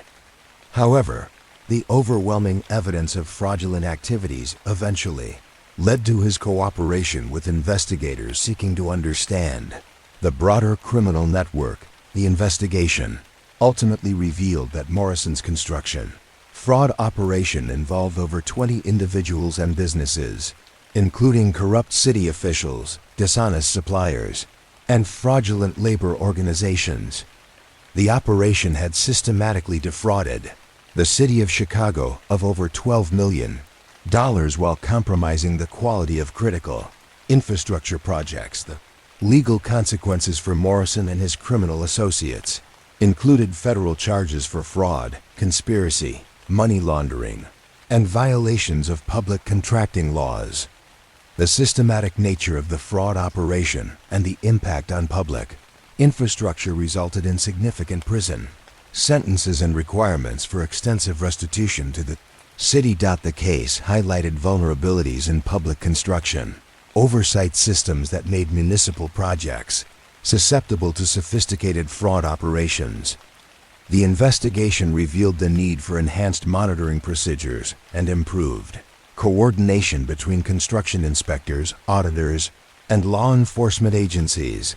Chicago implemented comprehensive reforms to its public construction oversight systems following the investigation, including enhanced verification procedures for contractor billing, improved quality control inspections, and increased coordination with law enforcement agencies to detect and prevent construction fraud activities. Detective Johnson continued investigating public corruption and contractor fraud cases throughout Chicago, noting how criminal organizations adapted to new oversight measures and regulatory changes. The case involving Morrison's construction fraud operation remained significant for demonstrating how legitimate contracting businesses could be exploited to conduct systematic fraud against public infrastructure projects. The federal agencies involved in the investigation used the case to develop improved methods for detecting construction fraud patterns and identifying fraudulent contracting operations. The investigation techniques became part of training programs for fraud investigators and public works oversight personnel. The affected infrastructure projects required extensive remediation work to replace substandard materials and correct efficient construction work that had resulted from Morrison's fraud schemes. The city invested millions of additional dollars to restore the projects to their intended specifications and ensure public safety. The construction industry in Chicago implemented enhanced self-regulation measures following the investigation, including improved contractor certification procedures, enhanced material verification systems, and increased cooperation with law enforcement agencies to identify and prevent fraudulent construction operations. The construction sites throughout Chicago continued their daily activities of building and maintaining critical infrastructure, but with enhanced oversight procedures and quality control measures designed to ensure that public construction projects met their intended specifications and provided reliable service to the community. The summer that had brought Morrison's construction fraud operation to Detective Johnson's attention eventually ended, but the patterns of public works fraud continued evolving as criminals developed new methods for exploiting construction systems, while oversight agencies enhanced their capabilities for detecting and preventing fraudulent operations that threaten both public resources and infrastructure safety. Throughout the region, the autumn of 2024 brought Detective Lisa Chun a case that would reveal how criminal enterprises could exploit legitimate small businesses to launder illegal proceeds through carefully orchestrated cash transactions. The investigation began when federal banking authorities noticed unusual deposit patterns from several food service businesses in Portland, Oregon, that suggested systematic money laundering operations disguised as normal restaurant commerce. The first business to attract attention was Maria's Mobile Kitchen, a popular food truck that served authentic Mexican cuisine to office workers and students throughout downtown Portland. Banking records showed that the food truck was making cash deposits totaling over $30,000 per month, amounts that seemed excessive for a mobile food operation serving moderately priced meals from a single vehicle. Detective Chen was assigned to investigate these financial irregularities as part of a joint task force between Portland Police and federal agencies focused on money laundering enforcement. Her initial approach was to understand the legitimate operations of food service businesses and identify what normal cash flow patterns should look like for small restaurants and mobile food vendors in Portland's competitive market. The detective learned that most food service businesses process significant portions of their payments through credit cards and electronic transactions, with cash sales typically representing less than 40% of total revenue for establishments serving the urban professional market. The deposit patterns from Maria's mobile kitchen suggested cash transactions that were inconsistent with normal food service operations. Detective Chun began conducting surveillance of Maria's mobile kitchen, observing customer traffic and business operations during different times of day and week. The food truck appeared to maintain normal levels of activity, with customers purchasing meals during typical lunch and dinner periods. However, the detective noticed that certain customers seemed to make unusually large purchases or conducted transactions that took longer than normal food service interactions. The investigation revealed that Maria's mobile kitchen was indeed operating as a functional food service business, but its primary purpose was to provide a legitimate framework for processing illegal cash from drug trafficking operations. Criminal organizations would purchase large quantities of food using cash payments that far exceeded the actual value of the meals, with the excess money being processed as legitimate business revenue. This overpayment laundering scheme allowed criminals to convert drug proceeds into documented business income that could be deposited in banks and used for legitimate purposes without attracting law enforcement attention. The food truck would keep a percentage of the laundered money as payment for providing this service, while the criminals received clean electronic payments or business checks. Detective Chun discovered that Maria's mobile kitchen was not operating this scheme independently, but was part of a network of small businesses throughout Portland that were providing similar money laundering services. The network included 2 additional food trucks, 3 small restaurants, a coffee shop, and a convenience store that all showed similar patterns of excessive cash deposits. The coordination between these businesses was sophisticated, with money laundering activities distributed across multiple locations and time periods to avoid creating obvious patterns that might attract regulatory attention. Each business maintained legitimate operations that provided cover for their money laundering activities, and most employed staff who were unaware of the illegal aspects of their operations. The investigation required extensive financial analysis to distinguish between legitimate business transactions and money laundering activities. Detective Chun worked with forensic accountants to examine transaction records, looking for patterns that indicated cash payments were being accepted for services that were never actually provided or were valued far below the payments received. The breakthrough came when Detective Chen identified a pattern in the customer records for all the suspect businesses. Many of the customers making large cash payments had used similar false identities and contact information, suggesting that a small number of individuals were orchestrating the money laundering activities across multiple locations. The detective focused her investigation on identifying these key individuals, using surveillance and financial records to track their movements between different businesses in the network. The investigation revealed that the money laundering operation was being managed by Carlos Mendez, a 42-year-old businessman who had legitimate investments in several food service properties throughout Portland. Mendez had been recruited by drug trafficking organizations who needed reliable methods for laundering cash proceeds from narcotic sales. His legitimate food service businesses provided perfect cover for money laundering operations because restaurants naturally handled large amounts of cash and had legitimate reasons for processing payments for food and services. The money laundering scheme had been operating for over 18 months, processing an estimated $2 million in illegal cash through the network of food service businesses. The operation was profitable for both Mendez and his criminal clients, with Mendez receiving approximately 15% of all laundered money while the drug traffickers gained access to clean business revenue. The arrests occurred simultaneously at all 7 businesses in Mendez's network, with law enforcement teams executing search warrants during the lunch hour when money laundering activities were typically conducted.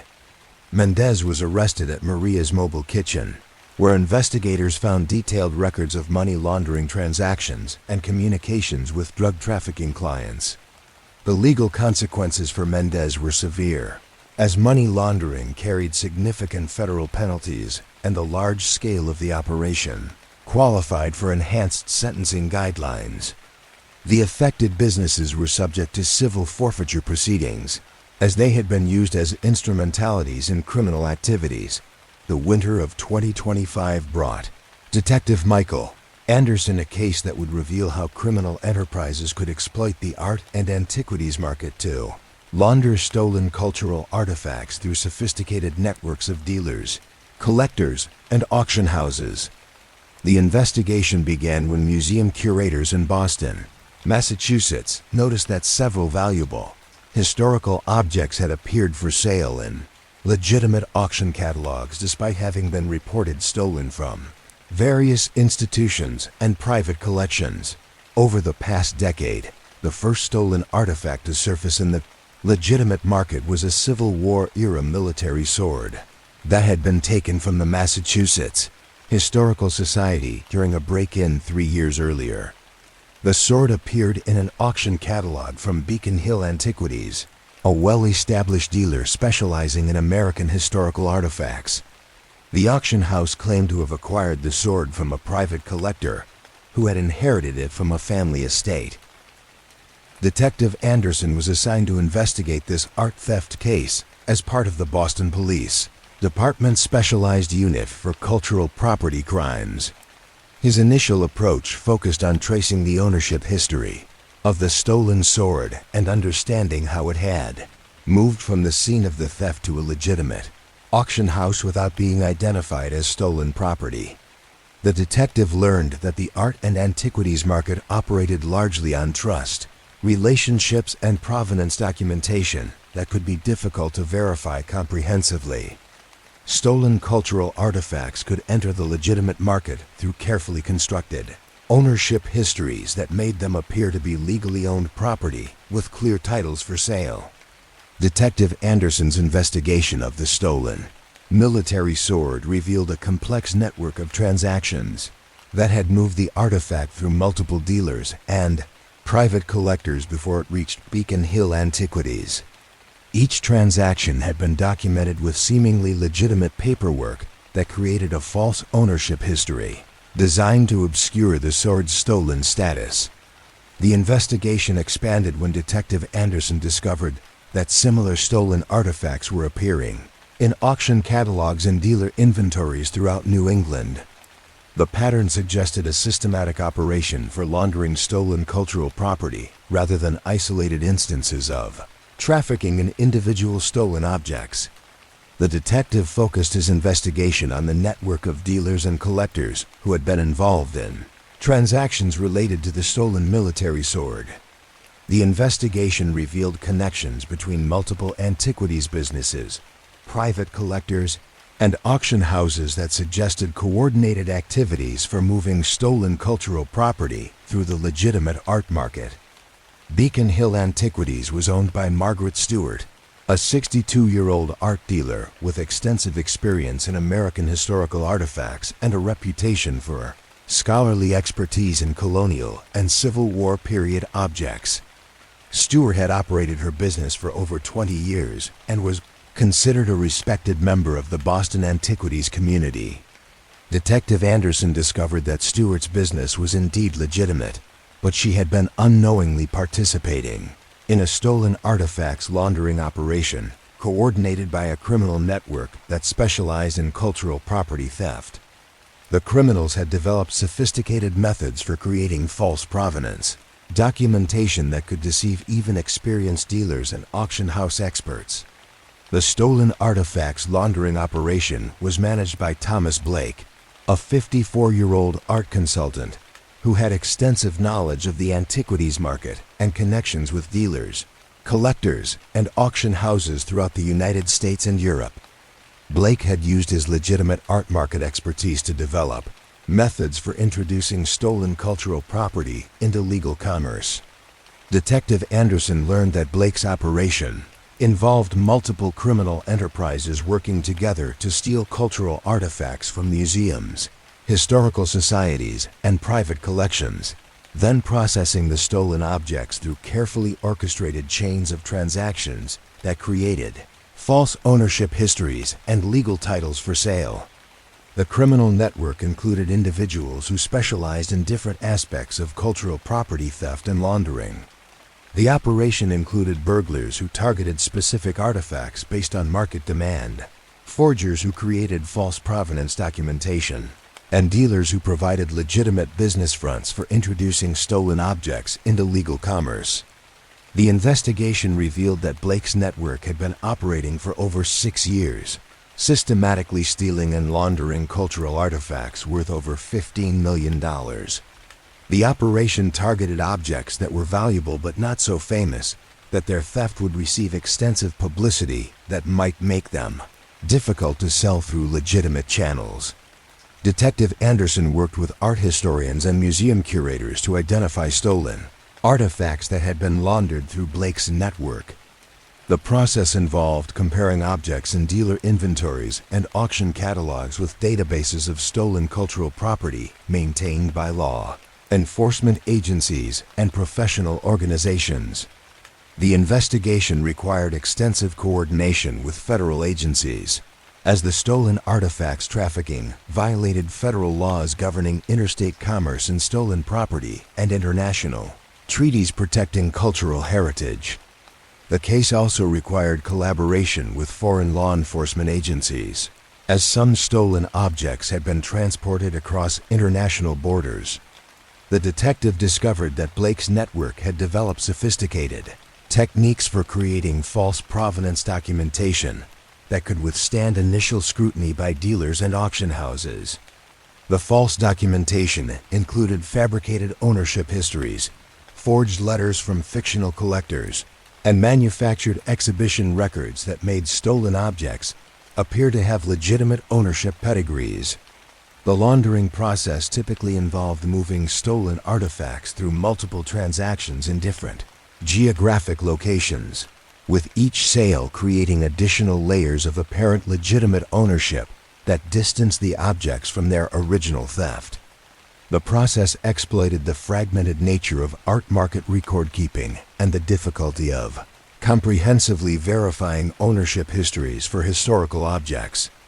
Detective Anderson learned that Blake's operation had specifically targeted cultural institutions and private collectors who had inadequate security measures or documentation systems that made theft detection difficult. The criminals conducted extensive research on their targets, identifying valuable objects that could be stolen without immediate detection and successfully introduced into legitimate commerce. The investigation revealed that several respected antiquities dealers and auction houses had unknowingly participated in laundering stolen cultural property through Blake's network. The dealers had followed normal verification procedures, but the sophisticated false documentation had been convincing enough to pass routine authentication processes. The impact on cultural institutions was significant, as the thefts had deprived museums and historical societies of important artifacts that were part of the public cultural heritage. Many of the stolen objects had educational and research value that extended far beyond their monetary worth in the art market. Detective Anderson worked with museum security experts to understand how cultural institutions could improve their protection of valuable artifacts and enhance their ability to detect and prevent theft. The investigation revealed vulnerabilities in museum security systems and artifact documentation that made cultural property attractive targets for professional thieves. The breakthrough in identifying Blake's criminal network came when Detective Anderson discovered that several stolen artifacts had been processed through the same network of dealers and auction houses, creating patterns that suggested coordinated criminal activity rather than coincidental appearance of stolen objects in legitimate commerce. The detective used financial analysis to trace the flow of money from sales of stolen artifacts through various accounts controlled by Blake and his criminal associates. The financial investigation revealed sophisticated money laundering operations designed to disguise the illegal profits generated by cultural property theft and trafficking. The investigation also examined the international aspects of Blake's operation, as some stolen artifacts had been transported to foreign countries where they were sold through European and Asian art markets. before being reintroduced into American commerce with false, foreign provenance documentation. Detective Anderson coordinated with international law enforcement agencies and cultural property protection organizations to identify stolen artifacts that had been trafficked across international borders. The process required cooperation with foreign police agencies, customs authorities, and cultural heritage protection organizations. The arrests occurred simultaneously at multiple locations across New England and several other states, with law enforcement teams executing search warrants at antiquities businesses, auction houses, storage facilities, and private residences associated with Blake's criminal network. The operations resulted in the recovery of stolen artifacts worth over $8 million. Blake's cooperation with law enforcement was extensive, as he provided detailed information about his network's operations, including methods for stealing cultural property, techniques for creating false provenance documentation, and connections with dealers and collectors who had participated in laundering stolen artifacts. The investigation ultimately revealed that Blake's cultural property trafficking network had affected over 40 museums, historical societies, and private collections throughout the United States and several foreign countries. The network had systematically stolen and laundered artifacts representing various periods of American and international cultural history. The legal consequences for Blake and his associates included both federal and state charges related to theft, trafficking in stolen property, conspiracy, and money laundering. The systematic nature of the cultural property crimes and the significant impact on cultural institutions resulted in substantial prison sentences and requirements for extensive restitution. The case highlighted vulnerabilities in cultural property protection systems that made museums and historical societies susceptible to professional theft operations.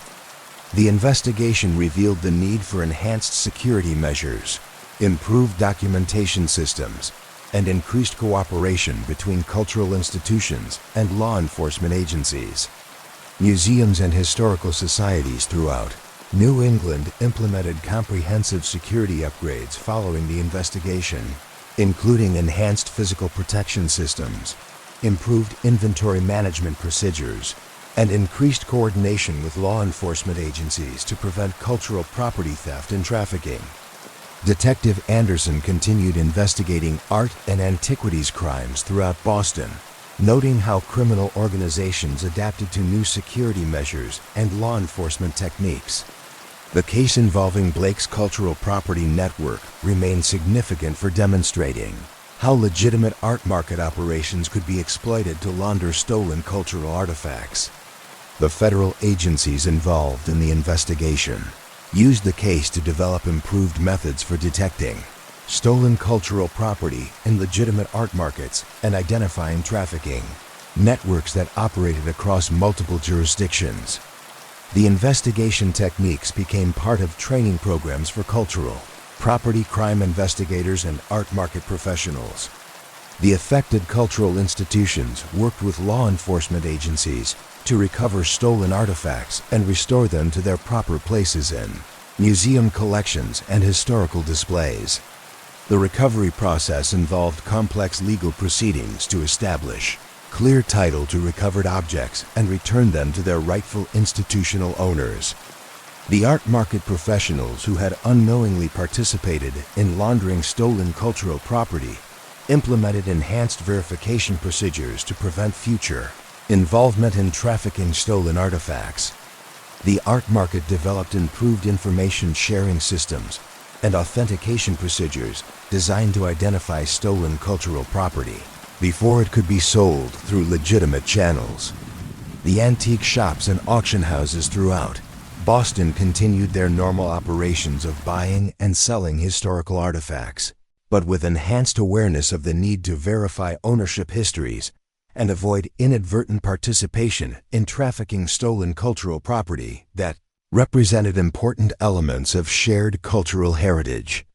The winter that had brought Blake's cultural property trafficking network to Detective Anderson's attention eventually ended, but the patterns of art and antiquities Crime continued evolving as criminals developed new methods for stealing and laundering cultural artifacts, while law enforcement agencies and cultural institutions enhanced their capabilities for protecting and recovering stolen cultural property that represented irreplaceable elements of human cultural heritage.